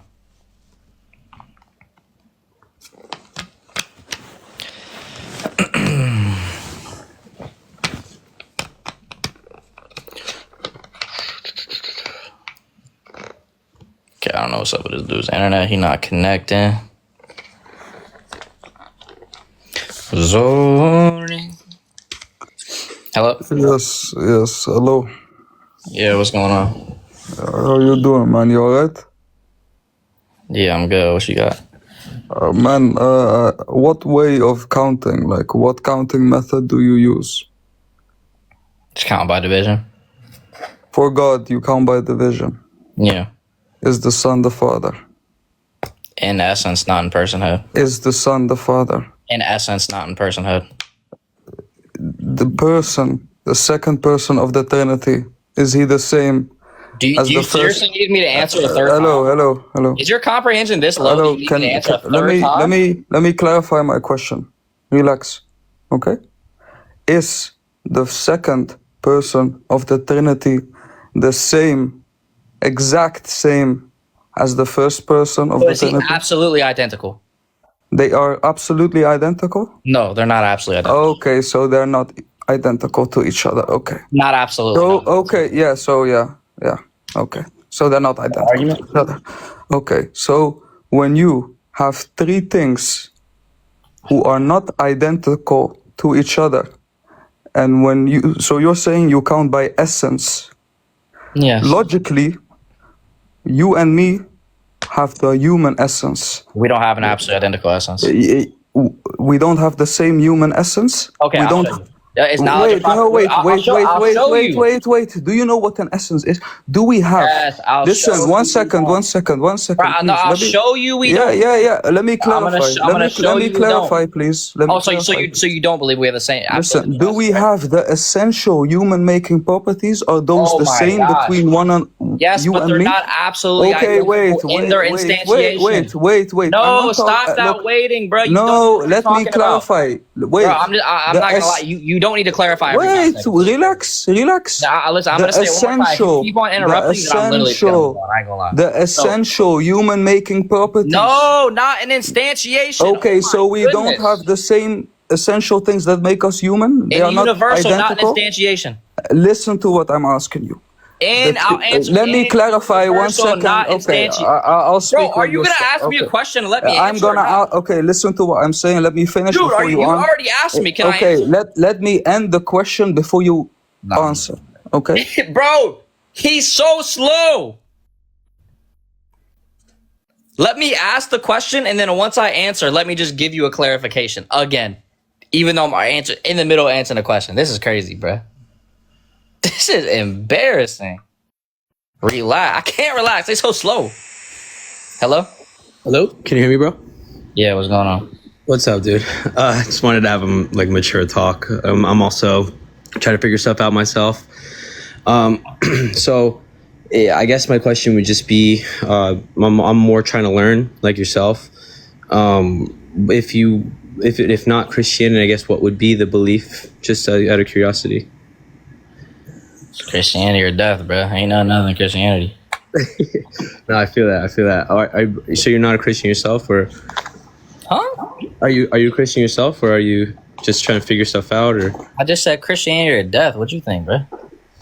I got you. So I would say I love God, but I'm just also trying to have a mature conversation to discover stuff as well. I would say Christianity myself, from my own perspective, if I can try to prove it as best I can, might not be the best, but I would say for Christianity, to me, I look at it. I mean, I kind of hate religion in a way. I think that religion was created by man to divide man, and then I think that at the end of the day, it's people to people and relationship. And so for me, it's like me and Jesus. And I think that biblically that's more accurate, and as opposed to what people are imposing nowadays. The main church, the Christians are kind of cultish nowadays, I've noticed. Oh, wait. So why did Jesus set up apostles and deacons of churches then, if he didn't want religion? I think, back then the Pharisees kind of killed him because he came to abolish law. And I know that came in grace, and that was the New Testament. And so I think that the New Testament is based on grace. That's not what I asked. I said, why did he set up apostles and deacons if he didn't want religion? So can you identify what you mean by setting up apostles and deacons? He said who were going to be the deacons, and he said who were going to be the apostles. For sure. I think that the disciples that followed him were the 12 disciples, and I know that they were also like new to this, and so they were writing down what was happening. And I know that Jesus came and was kind of murdered in historical theological times. Yeah, that has nothing to do with what I just asked you, bro. I asked you, why did he set up deacons? I mean, are you looking for a specific? What's the answer? I want your answer. Why did he set up deacons? I don't know. What's the answer? The answer is because he did want religion. That's what deacons are for. It's for religion. Gotcha. And so, what would you say in terms of religion compared to humanity? Do you think that religion is better, or would you say relationships better? It's equal. You need both. You can't have one without the other. So I'm trying to hear you, but I just want to have common ground. So would the main churches, like the mega churches, would those pastors necessarily have a relationship over their sheep, or do you think it'd be better for a shepherd to have sheep over personality, so like to know people in relationship? I don't think either. I think it's a false dichotomy. I don't think it should be mega churches. I think everyone should be Orthodox. I agree. I actually agree with that. And so I guess we're kind of on the same boat. I just was trying to understand. I'm saying you should become Eastern Orthodox. What I'm saying. Eastern Orthodox. Can you tell me what that is, just so I can have a better understanding? It's a religion that Christ founded. Yes, sir. I mean, I love Christ all day, bro. So I'm just trying to understand. An Orthodox, huh? Can you tell me a little more about it so I can have a better idea? Eastern Orthodoxy, we believe in the ecumenical councils. We believe in the church fathers. We believe in the apostolic succession. So the succession Christ set up, etc. Nice, dude. I mean, so it sounds like we're on the same goal, same mission. Show people that you trying to become Eastern Orthodox? Like, yeah, brother. Yeah, of course. The last thing I guess I'll say then is just, I think more so people to show people who Jesus is. Since we both love Jesus, I think the best way to show him is in love and grace and understanding, because none of the 9 fruits of his spirit is patience and understanding and slow to speak, quick to listen, things like that. That's my only 2 cents I would offer. I feel like you have the right idea. Sweet. Well, I appreciate it, man. You take care, brother. Of course, man. You too. God bless. God bless, man. Become Orthodox, y'all. Become Orthodox.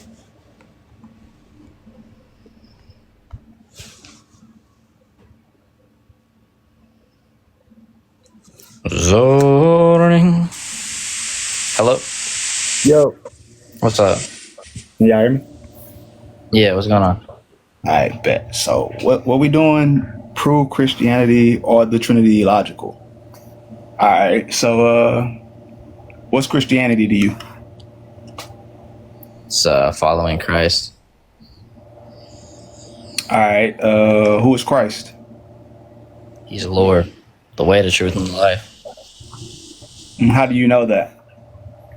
I mean, multiple logical deduction, the Bible, church fathers, multiple reasons. What's your logical deduction? What's that? What's your logical deduction? Logical deduction would be that God is triune necessarily. He needs to be more than one person. To be more than one person, you would need to have one that is begotten, or else you cannot have the same essence as the other ones. And so to have one that's begotten is going to be the Son. That Son we know, according to the prophets, is Christ. Therefore, Christ is God. Why does he have to be more than one person? because if God has some sort of intrinsic properties, things like love and whatnot, he would need to be able to actualize those things without being contingent on creation. So the only God that could do that is a God that is more than one person without being contingent on creation. So you're saying that, so do you believe that God is omnipotent? Yeah, he has the power to do everything that's logically possible. The power to do everything that's logically possible. Okay, so that would be, yeah, all right. So do you believe he is all loving? Yeah. All good? Yep. All knowing? Yep. Okay, cool. So, logically, right? How can God be all three of those things if there's evil in the world? Because there being evil external to him doesn't change what's internal to him. But if he's all good, could he not stop that if he has the power to? Yeah, what makes him necessarily have to do that, though, for him to be good? Are you good? Do you consider yourself good? No. Do you try to be good? Try to be, yeah. Yeah, okay. You try to be good. So let's say hypothetically, right? You walk out your house right now and you see a child getting snatched up, thrown in the car. Would you do everything you could to stop it? Yeah. Okay. Now imagine you had the power to do anything logical. It's logical to stop that, right? Now, what if I knew, right? Let's just give a random example. Let's say that child being snatched up would lead to the cops finding that child and also the 10 other childs in that kid's basement. Would that then be wrong to let that child go? Why do there have to be 10 children in that kid's in that? Asking. It's a random example. It's a random example. Okay. The random example doesn't make sense. If that were to be the case, stop the first one. The question is, if that were to be the case, would it be okay to allow that child to be stolen? No, because you could have stopped it before it happened. What? You could have stopped it before it So happened. you're just saying don't allow free will then, right? If God knows all things, there is no free will. What? Knowledge is not equal causation. How does that work? Okay. Let's say I know everything, right? That means I know you're going to bend down and pick up a dollar you see on the ground that dropped out of somebody's pocket, right? I know that person's going to get that dollar from you because you're trying to be a good person, right? You're going to give it back to them, right? So where's your free will in that? If I know everything that's going to happen deterministically, how can you have free will? Because me knowing something's outside of time. So, for example, if you were watching a replay of a football game and you say, I know this person is going to go in for a touchdown on the final play, because you know that's going to happen, does that mean you caused it to happen? But this isn't the same because we're living in that time. Okay, is God? I'm saying we're living in that time. Okay, but God's not. That's the point. So God doesn't exist? He's not in time. That doesn't mean he doesn't exist. Okay. What time is it where you are? It's 5:15. Okay. So if the time for you is 5:15, right? And if somebody says to meet you somewhere at no time, how do you meet them? Bro, what? If I ask you to meet me somewhere at no time, how do you meet me? I can't meet you in no time. What? So therefore, right, if you're not in time, It's like you're we not can't in go time. meet God at no time. What are you talking about? It doesn't mean he doesn't You can't- exist. Yes, it does. If he's not in time, how can you interact with him? He has no time. Bro, this is going to go over your head, but there's something called essence energy distinction. So we believe his essence is outside of creation, time, space, and he interacts with us through his energies. That's going to be too deep for you. I'm already telling you. How can you exist outside of time and place? That means you're nowhere, no when. That doesn't make sense. His essence exists out of time. He interacts with us through his energies. How could he send his energies anywhere if he doesn't exist anywhere? He's nowhere at no time. His energies do. That doesn't make sense. I know. I told you it wasn't going to make sense to you, bro. You haven't studied the basics yet. You're not going to get essence energy distinction. That's not even a thing. It doesn't make sense. Essence energy ain't a thing, y'all. Essence energy distinction ain't a thing. He got me, y'all. Essence energy distinction ain't a thing. I just made that all up just now. Just now, I just made that up. I mean, I'm not saying you made it up. You probably read it somewhere. That doesn't make it true. His energies are going to be his... I'll try to explain it best I can. I don't even know how to say it. The energies are going to be his like operations or actions. That's how he's in time. His energy is outside of time. You can't be outside of time. That means you don't exist. Bro, what? Says who? I just said, if you're outside of time, if you're not in time or space, that means you exist nowhere. What is time? What is time? Time is how we measure the progression of events. Time is a measurement of change. So what does it mean if you're outside of time? Does it mean you don't exist, or does it mean you don't change? You don't exist. No, that's not what time is. Time is not a measurement of existence. Time is a measurement of change. I didn't say time was a measurement of existence. You did. You literally just said if you're outside of time, you don't exist. Therefore, time would be a measurement of existence. No, it's not. Bro, if being outside of time means you don't exist and being inside of time means you do exist, then time is a measurement of change. No, that's not. If being out, you know what? Never mind. Have fun. Bruh, this can't be. He's literally using it as a measurement of existence. If you're outside of it, you don't exist. If you're inside of it, you do exist. But it's not a measurement of existence? Bro, lock in, twin. Someone said he looked it up and said, I did see him looking at it. Oh, that's funny. I did hear him. Hold on. Easy out here, bro. Hello? Bob.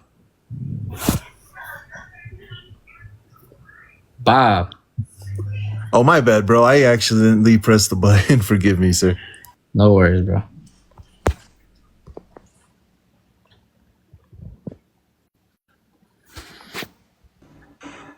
Hello. Hello. What's going on? What's good with you, bro? What's up? All right. So you said that time has changed, right? We can both agree on that. Time has changed. Okay. So if time has changed and God is outside of time, that means God doesn't change, right? Right. Do you believe that God created the universe? Yeah. Okay. Was there a state in reality where God didn't create the universe before he created the universe? No, because all that means to creating the universe is the universe going from potential to actuality. So the universe, are you trying to say the universe always existed? In potential, yes, not in actuality. So it potentially could have existed, but it didn't actually exist in reality. Correct. So it went from non-existence to existence. It went from potential to actuality, not but potential. It's okay. So God was in a state of being where he had not created the universe, and then he created the universe. No, because God acts once from eternity. Okay. Now the manifestation of that action occurs at a point in time, but he acts once from eternity. That doesn't make sense. So action is going to be different from the manifestation of the action. So he can act, meaning he knows that this thing is going to be manifested at a certain point and bring this thing into creation, but then it comes into creation at a certain point. But it always existed though, and he always was doing that action because it always existed in potential. That would change. That would mean that would require God to be in time. No, it wouldn't. It would require it would. It would require the actualization to be in time, not him. No, it would require God to be in time. Why would God need to be in time? Because God changes. What changed about him? He goes in a state of non-creation to a state of creation. He has to act on creating the universe, right or wrong. Yeah, I literally said he has one act from eternity. I just said that. Okay, so if he has to do an action, it requires time. The actualization requires time, not him. Right. And God does that, right? Yes, from eternity. So it would require time. He can't be in time and not in time at the same time. There's contradiction. His actions can be in time while he is not in time in his essence. That doesn't make sense. How can your actions be in time and you not be in time? That doesn't make sense. Because actions are distinct from essence. Do you agree or disagree? Actions are distinct from essence. Yes. For example, do essences act or do persons act? Persons. Right. So then action is going to be distinct from essence, right? But what is your evidence that essence is real? Essence? Yeah. essence literally is existence by definition. Nothing can exist without having an essence. I don't what? Oh, well, like okay, You know what okay, essence okay. is? All right. So okay. So you're saying that God essence doesn't do any action. What does the action? The person. If its essence doesn't do any action. Person. So God is an essence and a person at the same time. Yes. Like we are. So wait, what's an essence again? Essence simply means existence. So if you're saying you're existing somewhere else and you're also a person? Like what does that mean? Okay, an essence is basically going to be like a set of intrinsic properties that make you what you are, a set of essential properties that make you what you are. Okay. And what are God's properties? The omni properties, things like omniscience, omnipresence, etc. All right, so he's omnipresent, he's omnipotent, well, he's omnipotent, he's omnibenevolent, he's all of these things, but he's also not in time. Actions would be in time, his essence is not. Because we just made the distinction. That, bro, you saying that God, you saying the person makes the action, which would be the person will create the universe, but the essence doesn't. I'm still not understanding that. Like, what would be the difference between God the essence and God the person? The difference is a person is going to be the underlying reality of the essence. The essence is going to be the set of essential properties that make you what you are. So you're saying God's essence is kind of like logic, like it's necessary, like it's the bedrock of reality. What you can't exist without having an essence.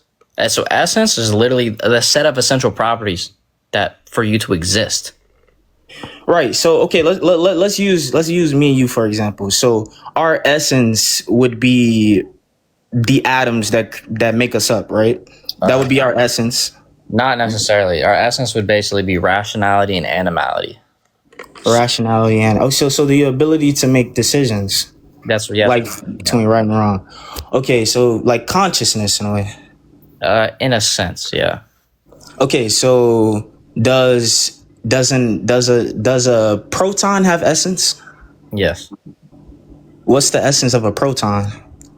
The essence of a proton is going to be just like atoms, like existence. Well, a proton isn't an atom. It's just going to be what makes it up. Okay, what about a vegetable? What about a person who's a vegetable? What is their essence? The same. They still have the same human nature as us. I'm saying they don't have rationality. So Having rationality means you have the ability for rationality. So someone that, for example, is maybe mentally disabled, they still have the ability for rationality. Not that they necessarily have it in that moment, but they have to have the ability. They have to have you no longer have the ability if you're a vegetable. We would disagree. I would think that it would be possible then for the future for something to change in them to be able to have rationality. There are certain conditions needed for rationality. One of those is a soul. Then you have a soul. Even if you are mentally disabled, you still have a soul. What's your evidence that a soul exists? There can be multiple evidences. For example, you can look at near-death experiences where there's examples of, for example, someone dying medically and then rising, saying they rose after they died and saying, oh, I saw a left brown shoe on the roof, right? And you go on the roof and they see a left brown shoe. There's like hundreds of examples like that. What if I say those are just psychological phenomenons? Like psychological phenomenon doesn't map onto reality. So if they actually went on the roof and found the left brown shoe, for example, they wouldn't have actually found that because it's psychological phenomenon. What's the consensus for that? Like, where have you seen that? There's like thousands of studies on multiple events. There's one with a car crash. Like, there's tons of them. Literally, all you can look up near-death experience shoe on the roof, and that would like pull up like there's tons of different articles on that one alone, and there's hundreds. Okay, all right. I got another question for you. So, do you believe that God is all loving and all just? Yes. All right. So, if there was a button in front of you, and that button if you press it, it cures cancer. Would you push that button? Yeah. Would God push that button? I don't know. Does he know the future? Yes. Does he know if that would actually benefit? Yes. What if someone dying of cancer saves someone else, right? Or saves multiple other people? I can understand that too, but I'm asking though. So will God push the button or no? He hasn't. So no. So no. Okay. So which one of you made the right decision? You or God? Huh? God. God made the right decision. That's because God actually knows the future. So morally, the moral right thing to do is not to push the button to cure cancer. If you know the future, yes. Me and my limited knowledge, I would, because it's perceived as a wrong thing. If you know the future like God, then the morally right thing to do would be to not press it. So if God knows, okay, let's go back to this. If God knows the future and he's also omnipotent, right? That means he created the universe.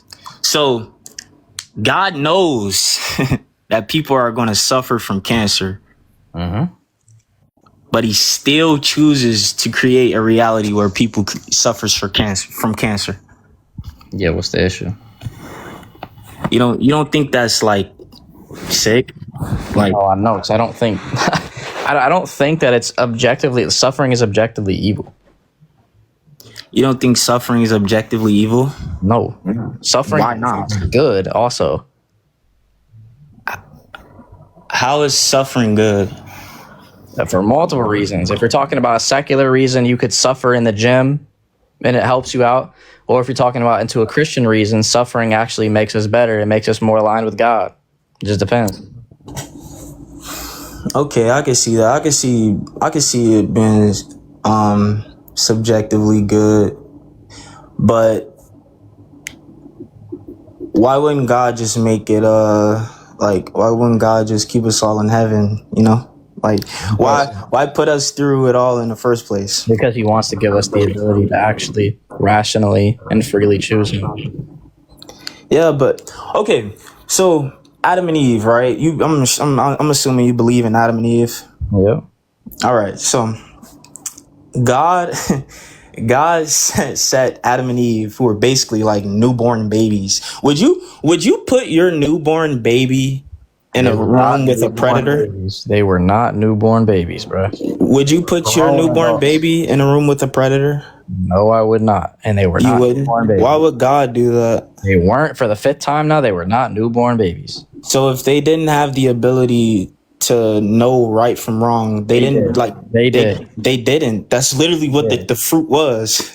No, oh my gosh. No, that's not what the fruit was. When it says the fruit was the tree of knowledge of good and evil, that's going to be of general good and evil. They knew that not eating of that tree, right, was good. And they knew of eating of that tree was evil because God told them very clearly.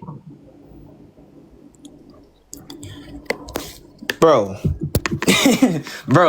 it's just so many contradictions. Okay, so they had the tree of knowledge of good and evil, but they already had knowledge of good and evil. Yes, that is going to be regarding the general knowledge of good and evil. They had the knowledge of that specific evil because God told them that prior. They had the knowledge of that specific evil. Yes. Okay, and then they were coerced or manipulated by, Satan. Yes. And then it was the fall of man, and then he punished every single living creature after that. No, it's not punishing us. It's just the fact that corruption comes from corruption. So since they corrupted their nature by doing evil, everything that comes forth from them will also be corruption by definition. But I'm saying though, like, what did that have to do with us? The fact that we came from them, that's what it has to do with us. And they're corrupted, so corruption comes from corruption. And you think that's morally okay? That's morally, logically how it works. Corruption comes from corruption. Okay, so how could incorruption come from corruption? In North Korea, for example, if your grandfather commits crimes, and your grandchildren would be like born in concentration camps, you think that's morally okay? Bro, no, what? That's not what I said. I said it's we're corrupted, not that we're facing the penalty that they have. Okay, so if Adam and Eve is the cause, if you want to say that Adam and Eve is the cause of the fall of man, and all of their descendants gets punished because of it, or not let me use the word punish. I don't want to use that word. We get cursed. We get cursed for it. You don't think that's morally wrong? Okay, would corruption come from corruption, or can incorruption come from corruption? Corruption? Wait, ask that again. I'm sorry. What comes from corruption? Corruption or incorruption? It would be corruption. Okay, so it's not God punishing us. It just logically follows that since they are corrupted and we come from them, that we are also corrupted. Did we choose to come here? No.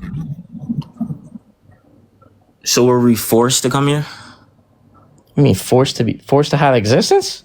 Yeah. You want to consider it forced, sure. If you want to, people were also forced to. So we didn't. So we didn't have scratched off the ticket. Like what?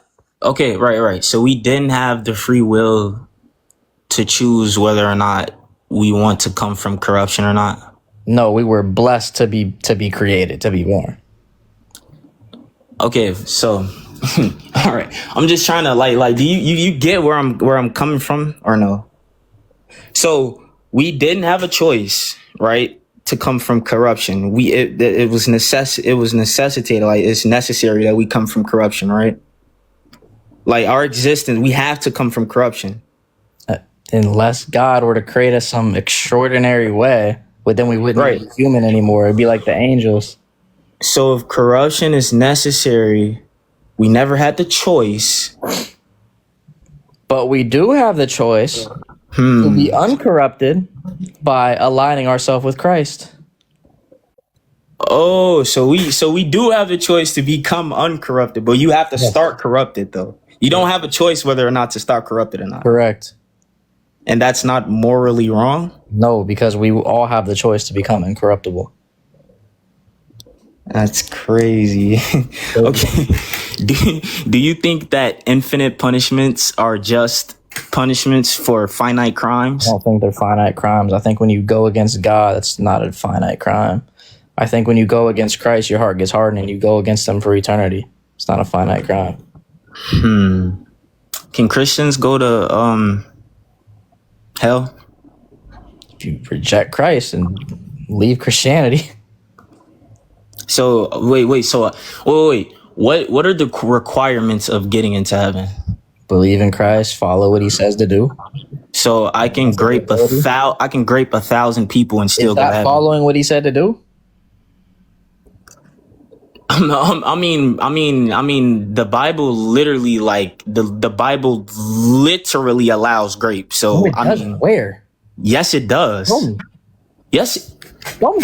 Hold on, Please bro. show me. Hold on, bro. Let me get the verse for you, bro. No, wait. Let me get the verse for you. I swear it. I got you, bro. I think it's like Deuteronomy. Hold on, I got you, bro. Go ahead. I got you. Go to Deuteronomy chapter 22, verse 25 to 28. And I'll show you how it's false. Go ahead, bro. Go ahead. All right, bro. I got you, bro.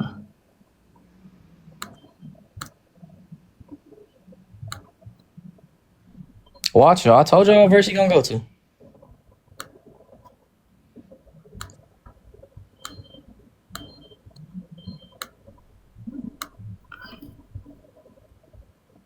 All right, hold on.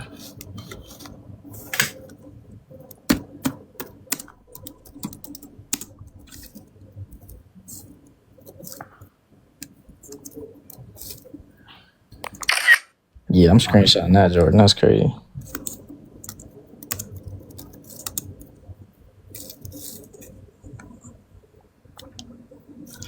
All right.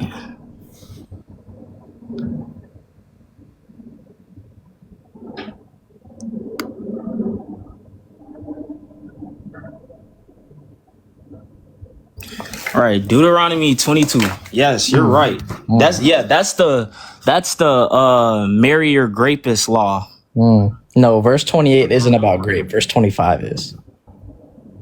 It's Deuteronomy 22, 28 through 29. Yeah. So if verse 28 is about grape, then what's the symmetry breaker for verse 25? No, in verse 28, 29, in that passage it states that if an unbetrothed virgin is seized and lies, yes, virgin is seized and lies with a man, and they are discovered, the man must pay her farther 50 shekels of silver, and she shall become his wife. He can never divorce her. Yeah, where does that say anything about grape? Wait.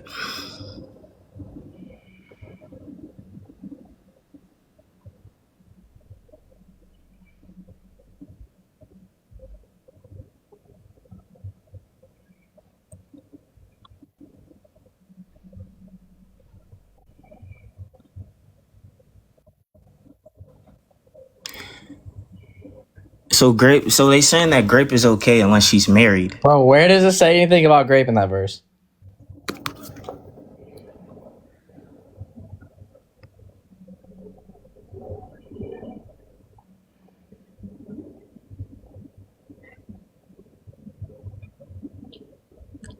All right. Okay. What is? Okay. Look at Numbers 31. Wait.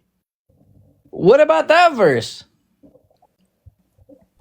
I had it wrong. That verse just says that it's okay That unless verse she's isn't married. about grape, right? Yeah, you're right. I was wrong about that. Yeah, that verse isn't. That verse just says that it's okay unless she's married. But in Numbers 31, What verse Moses. would you like us to go to next? I'll even get my computer after this. So what Okay. verse? I'll It say- go this one with you, bro. What does Number but 31, to what keep the verse? virgins for themselves?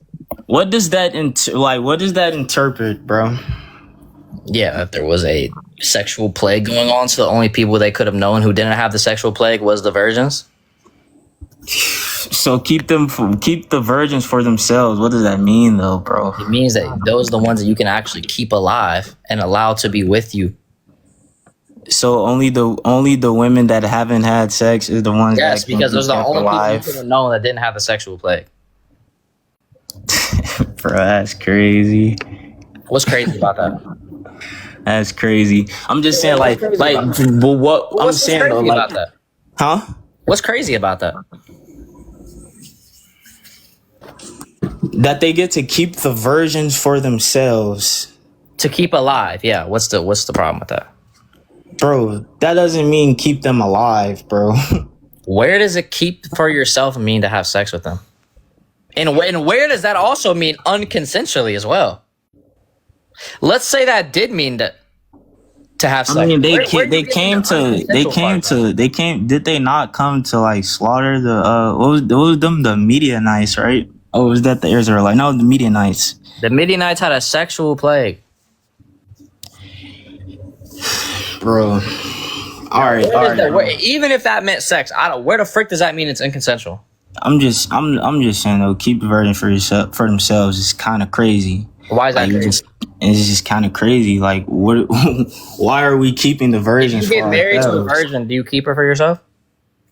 If I get married to a virgin, do I keep her for myself? Yeah. No, not really. Oh, so when you get married to a virgin, does other men have her as well? I mean, potentially. What kind yeah, of girls potentially. you marrying, bruh? I mean, yes, it could happen. Like, what do you mean? Like, you want me to say that it is? You already think you already thinking like. Oh no, that's not what I'm thinking. But I'm telling you what could happen. Like that could happen. I'm just curious. Do you got a chair in the corner of your bedroom? By A chance? chair In the corner of your bedroom. By in a chance? corner. Yeah. No. You sure? Positive. I don't know if I believe you, bro. A chair? Why are you asking about You a have a chair anywhere in the corner of your house? In the corner of my house? Well, in the front room, yeah. Nah, you must be doing it in the front room. That makes sense. All right, bro. That's what I figured. Yeah, appreciate you hopping on, bro. He do his business in the front room, I guess, bro. I don't know what he got going on there. I don't know what he got going on. What's up? What's going on? So, I wanted to ask you. You know, what's the people that God commanded to slaughter? Was what people? The people God, yeah, was it the Mignonites or something? Where? God's commanded to slaughter. What verse? I can pull it up later. I wanted to ask you something first. It's that if you look at, let's say you're a third party, you've never seen the world before, right? And you're looking at the world, and you see that children are dying from cancer, they're dying from diseases, and then somebody tells you two things. Somebody tells you one of those things here are true. Either this is natural selection, people die of natural causes, and that's why children, for example, are being unalived, or it's an all-loving, all-powerful God that does all those things. I would say children dying from things like that contradicts God being all-powerful and all-loving. What's the contradiction? God wouldn't be all-loving if he made children get unalived by diseases when they're like really young. Says who? Says who? You think that's a loving thing to do? To allow it? Yeah, it can be a loving thing because he could be stopping them from having more mass atrocities later on in life. So you're saying all the children that are dying to diseases are going to do mass atrocities? They either could have mass atrocities done against them. You never know. They could have worse things happen in their life. So I'm talking about painful. Dude, God could have just made him have a less painful death. You know how painful cancer is of dying for? You know how painful that is to a child? It's many other things God could have done to. God could have, for example, never had them born. Never had them born. That would be worse, bro. I'd rather go through the most immense amount of pain and be born and still get to go to heaven. Like what? He can have them never have them born and still go to heaven. What do you mean? Says who? God can do everything. So yes, I'm saying something that's logically possible. You need to have the ability to choose him, and have the ability to choose him. So children that are getting unalived by cancer have the ability to choose. Yes, after they die, they will have the choice. Why can't God just make them have the choice before they're dead, before they are born? To be born literally means to brought into existence, bro. What do you mean? How the frick? You mean like what? God can bring you into existence in heaven, because God can do everything. If he brings you to existence in heaven, you then have the choice to choose him. What are you talking about? Okay, he can bring you into existence in another place that's not heaven, and then you can have the choice. Another place? That's the same thing as being born. What are you talking about? No, because you're saying that the child is being born with cancer. It's being born with immense amount of pain and suffering. Why can't God just make him? Is suffering objectively wrong? Objectively evil? Yes, a child being suffered. A child just being born. Suffering. Period. Suffering. Objectively wrong. Sometimes. And one of the times it's wrong. Wrong. I'm not saying it is. I'm saying it's objectively wrong when children that have just been born is suffering. That's objectively wrong. Define suffering. Suffering is when something is harming you, right? It hurts you, right? Yeah, it hurts. It's uncomfortable. It hurts you. Okay, you don't want it. What hurts is suffering for a child objectively wrong? I would say so. Like a young child. Great, guys. Remember this. Suffering is when something is uncomfortable or hurts, and it's objectively wrong for a child. Watch how he switches it up. $100, he switches it up, guys. Watch this. Is it objectively? I'm talking about a young child. Is it objectively wrong then to give a infant shots? Their shots like HPV shots and stuff like that? Because that's helping the child. No suffer. That's helping the child. That's the difference. Question. It's uncomfortable. It hurts the child to get the shot. Is it wrong? No, it's not. It's not. That's not a contradiction. Wrong, though. Yeah, but you can have something that's objectively wrong and still say it's true. So you can have something objectively wrong. Are you stupid? You can have something that's objectively wrong and still have exceptions. So is it objectively wrong means it's wrong in every case. What the fuck do you think objectively? No, that's actually true. I'm stupid. I'm stupid at that point. I'm sorry. Okay, come on. I'm gonna go ahead and move on, though, bro. This is crazy out here, man. This is crazy. I told y'all he was gonna switch. Someone run me my 100. Shot is suffering. Oh shoot! Hello. Yeah, what's going on? Hold on. Okay, what's up? So I'm not gonna lie. The first dude made no sense, but Can we I got a go back weird to that thing last going on topic? either, bro. But go ahead. All right, so you were saying that a child getting a shot would be equal to suffering. They say he practicing his argument, bro. That would be, according to his definition, that would be suffering. Yeah. So any type of pain is suffering, even if like my friend like flicks my arm. That would be suffering by his definition of suffering. Yeah. What? All right. Anyways, so I had a question. So in Christianity, you believe that there's only one God, correct? Yeah. So when Jesus died, how many gods died? One God. So how many gods didn't die then? Bro, God is not a univocal term. What? There's the Father and the Holy Spirit. Those two didn't die. You're saying Jesus is the only one that You died. understand God is not a univocal term, right? It's not a rigid designator. But if there's two gods that didn't die, if the understand Father that and the or Holy not? Spirit didn't die, Do you understand that God is not a rigid designator? He left. All that yelling at the phone and practicing for nothing, bruh. That's crazy. For nothing. Hello? Hello. Hey, I just wanted to say that I agree with everything that you're saying. I want to thank you for what you do here on TikTok. You actually have influenced me. I used to not be a Christian, and then I started watching your content, and I think I was in one of your like Bible trivia lives a while back. Oh yeah. And you helped me start my walk with God. So I just wanted to say thank you. And that's all. God, W. God bless you. God bless. Yeah, absolutely. W for Trinity, man. W's for Trinity Lee, man. We love to see it, bro. We love to see these lives helping people, bro. That's what I do these lives for, man. I like helping folks. So it's always encouraging to hear, you know? It's always encouraging to hear. All right.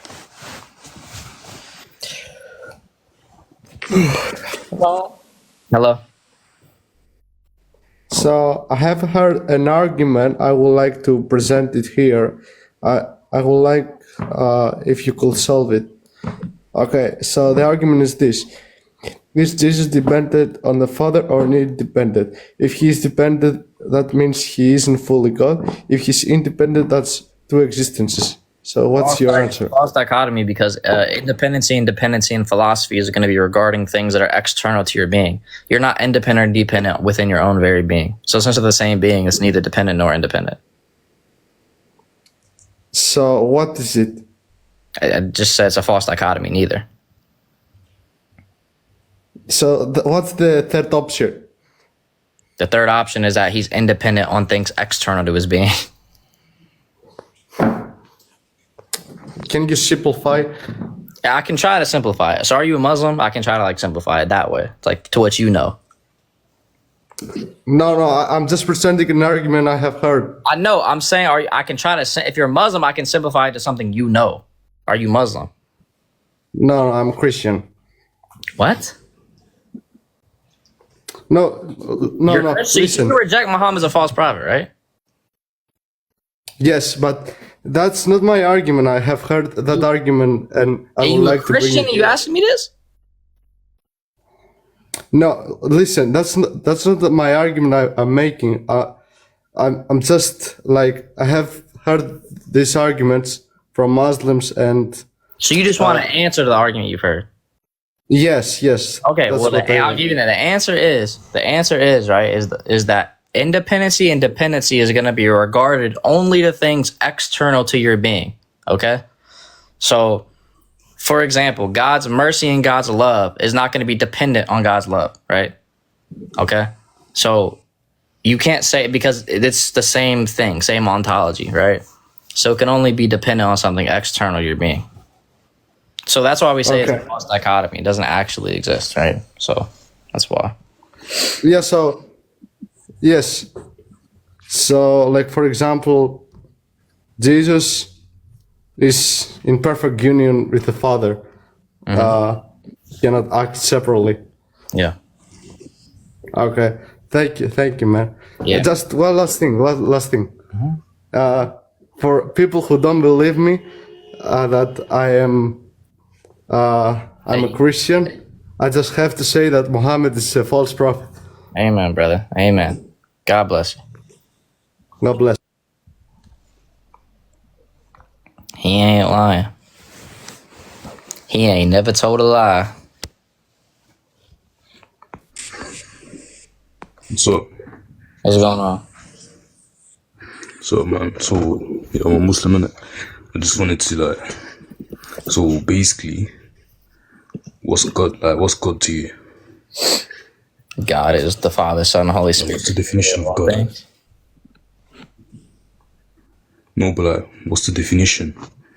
One who has the omni. What's a God? Alright, so basically, is Jesus God to you? Yes. Okay, so Jesus came down to earth, am I right? Yeah. So Jesus, he wasn't like, he wasn't God on earth, was he? Yes, he was. How can he be God? Because he still had the divine nature. No, he's not like all knowing. Yes, he was. All powerful. Yes, he was. Whatever. Yes, he was. So, wait. So Jesus didn't know the time. How was that possible? Because if you read the word know there in Greek and you see that word means oide, that word just means to make known or to reveal, as it's used in Deuteronomy in the Septuagint, also in Corinthians by Paul. So he's saying he's not the one that reveals the hour. He's not saying he doesn't have knowledge of it. Yeah, but what about when he says that? When he says that God is good, I'm not good. He didn't say I'm not good. But he said God is only like, yeah. What about it? Yeah. He's God, so that applies to him. Why would he say that if he's God? Because that's the truth. Bro, God in the Old Testament says God is the only one that's good. What are you talking about? Wait, did you follow the Old Testament or the New Testament? Both. So I don't understand how God can be God when he came down to earth, he suffered and he died. How does that make him not be good anymore? I said, how does that make him God? Because he's good by nature. But he can't be, like, God cannot die. God cannot lie. God cannot. Where did Jesus lie? It doesn't make sense, does it? Jesus lie? No, I'm just making an example. Like, he didn't lie. I'm just making an example. Like, because humans lie or whatever. So how did God become a human? He couldn't have lied as a human. He didn't lie as a human, nor could he have. How? Because he's God. Yeah, but how did God die? Bro, because death is just separation of spirit and flesh. So he took on flesh and separated from that flesh. God is powerful enough to take on a cloak of flesh and then leave that flesh. No, but that's God. How did he, like... Is God basically powerful killed himself? to put on is God powerful enough to put on a cloak of flesh and then leave that flesh? God only does stuff that befits his majesty. And how do you know what befits his majesty and what doesn't? How do you know what befits his majesty and what doesn't? Well, it's just common sense. And I say common sense. Did Jesus go to the toilet? Take on flesh. So how do we know who's right? Did Jesus go to the toilet? Yes. What does Jesus go to the toilet? Yes. What the frick does it have to do with anything?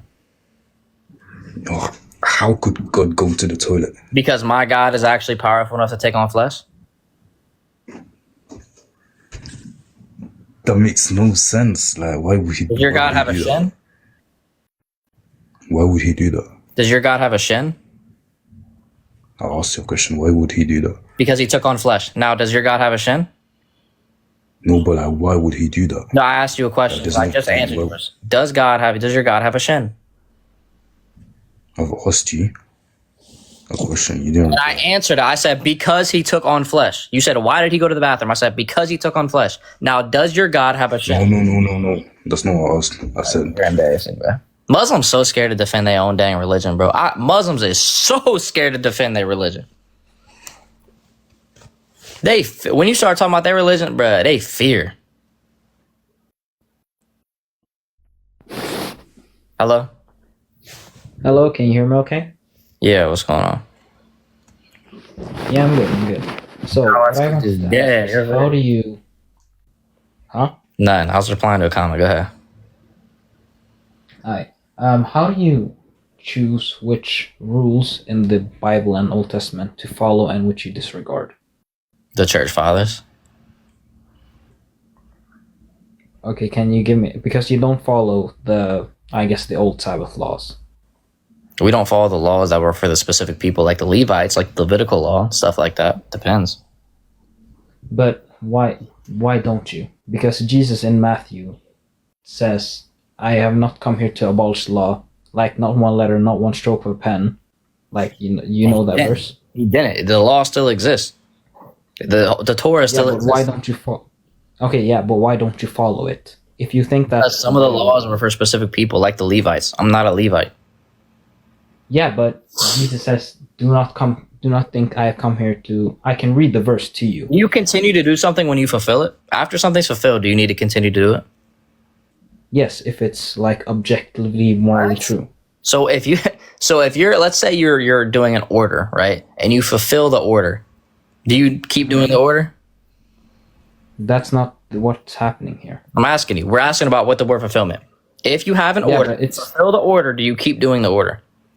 Yeah, it's not. This is not what the conversation is. Jesus, we're asking about what the word. What does the word fulfill mean? Like in the verse, it says, "Do not think I come to destroy the law or the prophets. I do not come to fulfill. For I verify to you." It doesn't say I don't come to fulfill. It says I do come to fulfill it. Yeah, he says I come to fulfill the law. So what does it mean to fulfill something? What does fulfill mean? It means to complete something. Complete. If you complete something, does it still need completed, or is it already complete?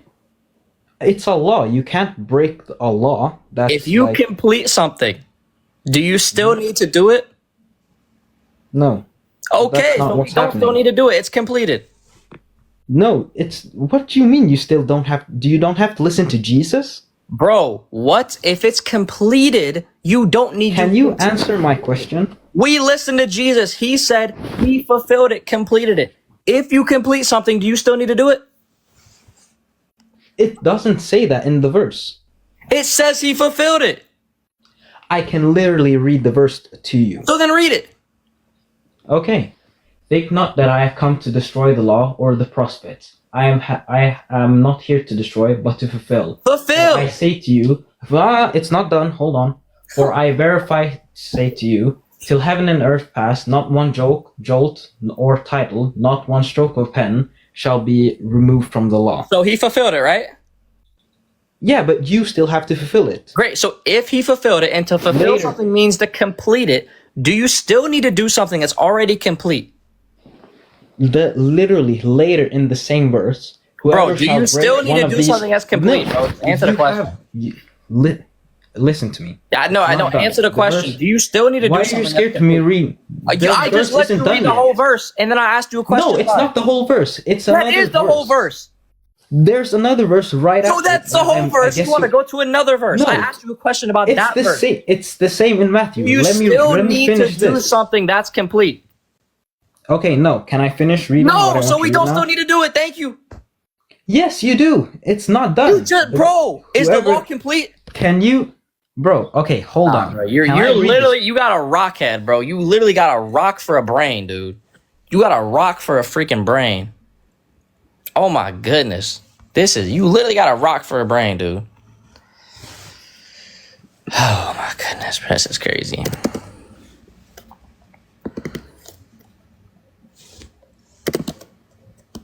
Okay, that person's not connecting.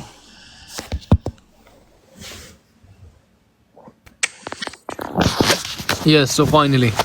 So the challenge is $200 if I can prove Christianity Illogical, right? Mm-hmm. Okay, you will owe me $200 soon if you let me finish. First of all, I would like to start with Jesus and his story. Just one question. Before we continue, have you heard about the Ebionites? The Ebionites, yes. Good. Okay, good that you have heard about them. Now, let me tell you a little bit of brief history. I know When history, Jesus, but you just give your argument, dog.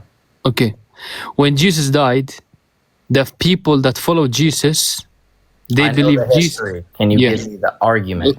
Okay, let me finish. Can I finish? As long as can you're I land? giving, I want the argument, not the history. Okay, the argument. The argument is this. You need to let me land. Like, you need to let me talk to 3 minutes, not interrupt me. No, I'm not giving you 2 to 3 minutes to give you history. Give me the argument. Like, the argument isn't one word. You need to let the person speak. Okay, I'm so saying you go understand. ahead, but if you start giving a history lesson, I'm just gonna drop you. So go ahead. You have to give a history lesson. What do you mean? No, I'm telling you, I know the history. You don't need to give me a history lesson. Give me the argument. Okay, first of all, you follow Paul. Paul was a guy who killed Christian and hated Christian people.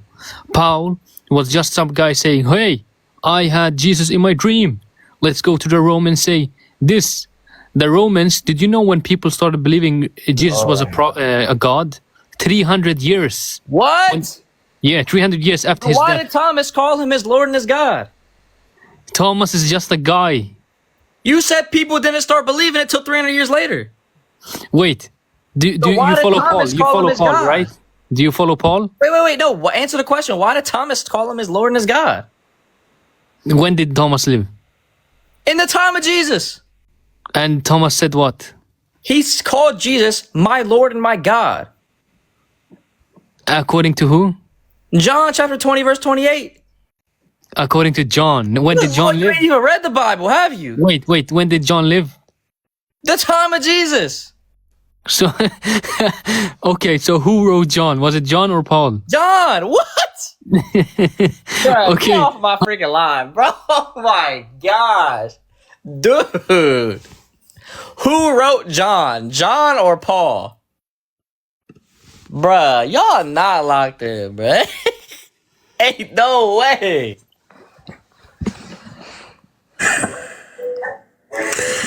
Yo, what's up, man? Hey, what's going on? You hear me? Yeah, Hello? what's going on? Yes, man. First of all, the humanity of Jesus. Yes?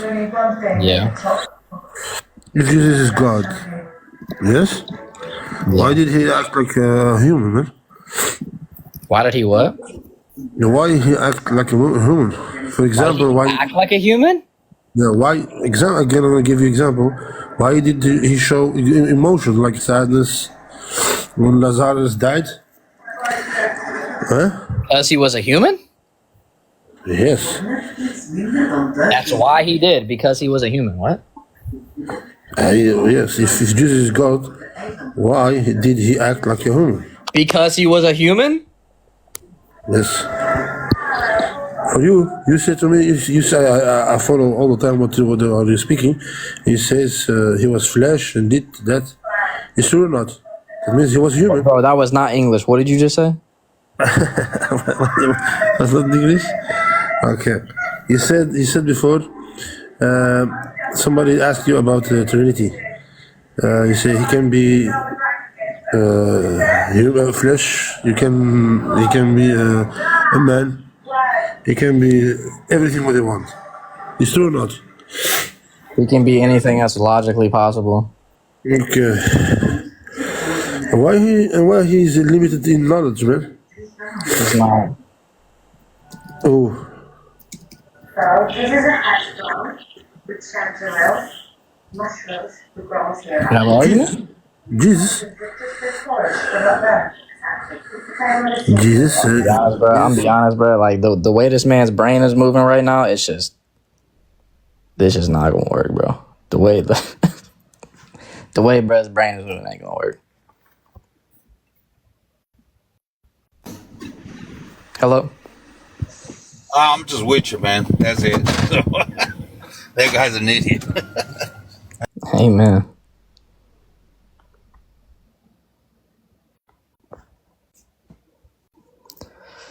How long have I been live? Or I can't believe I've been live for like 3. Oh wow, I'm able to go live for so much longer when I just do this. Hello? Hello. Hey, what's going on? So you're Catholic, right? I'm Orthodox. You're Orthodox. Yeah. Is that not under Catholicism? No. Okay. So I guess I don't know what version of Bible you would be going off of, but obviously nobody's getting $200 from this because there's your truth, there's my truth, and there's scientific truth. Everybody has their own truth. Everyone has their own truth? Yes. So my truth can be that the world is a square? Earth is square? And that's You're truly dumb enough to believe that. That's your truth, sure. But your truth is what that if I say you're you're truly dumb enough to believe it's round? Am I true in saying you're truly dumb enough to believe that? What? Am I true if I say you're truly dumb enough to believe the world is round and it's not a square? It's a sphere, and we have science to prove that. But you said I have my truth. Yeah, sure. So is that true? So is my truth true? So if you heard what I said the first time, there's your truth, there's my truth, and there's scientific truth. So I can believe what I want to believe, religiously, sure. I obviously don't believe what you believe. You have your truth, you're Orthodox, and you believe what you believe. And then we have things that we can actually prove, like the grass is green, we can feel it underneath our feet, and we can see the sky above us, we can see the trees around us. We can visually prove that it's there, correct? What is truth? What is truth? Like I'm saying something that's provable. I can prove truth that is something that's provable? So is your whole shtick like you find one word to argue with? I'm literally like just asking. Okay. You literally brought up truth. I'm asking you, what do you mean by truth? What is truth? I'm saying the example I'm using is your truth would be your religion. So I'm saying everybody has different beliefs. So what is truth though? I get you say I have my truth, your truth, etc. What is truth? The state of being in accordance with fact or reality. Okay. So if I say right now the earth is a square, is that my truth? If that's what you want to believe, but you're not in accordance with fact or reality. So there is no such thing as my truth and your truth. There's one truth. Well, yeah, and that's science, not God. Okay, so there is no such thing as my truth and your truth. There's just the truth. If that's what you want to say, but it's more so an example of your religion, but you have to nitpick everything because... No, I just want us to actually use words how they actually mean, not just use words randomly. Okay, so let's talk about a fact then. Things that we can prove, right. Things that are true, things that are based in reality. Right. We can say that trees are based in reality. Yep. You can go outside, you can touch that, you can see that, right? Yep. Okay, we can't touch and see God. Oh, you can say, sure, maybe I can because he's there, he's everywhere, and that's your belief. But you have no scientific backing to actually prove that God is physically around you. You can say that people wake up in hospitals and they think of fucking shoes on the roof and this and that. Can you touch and see oxygen?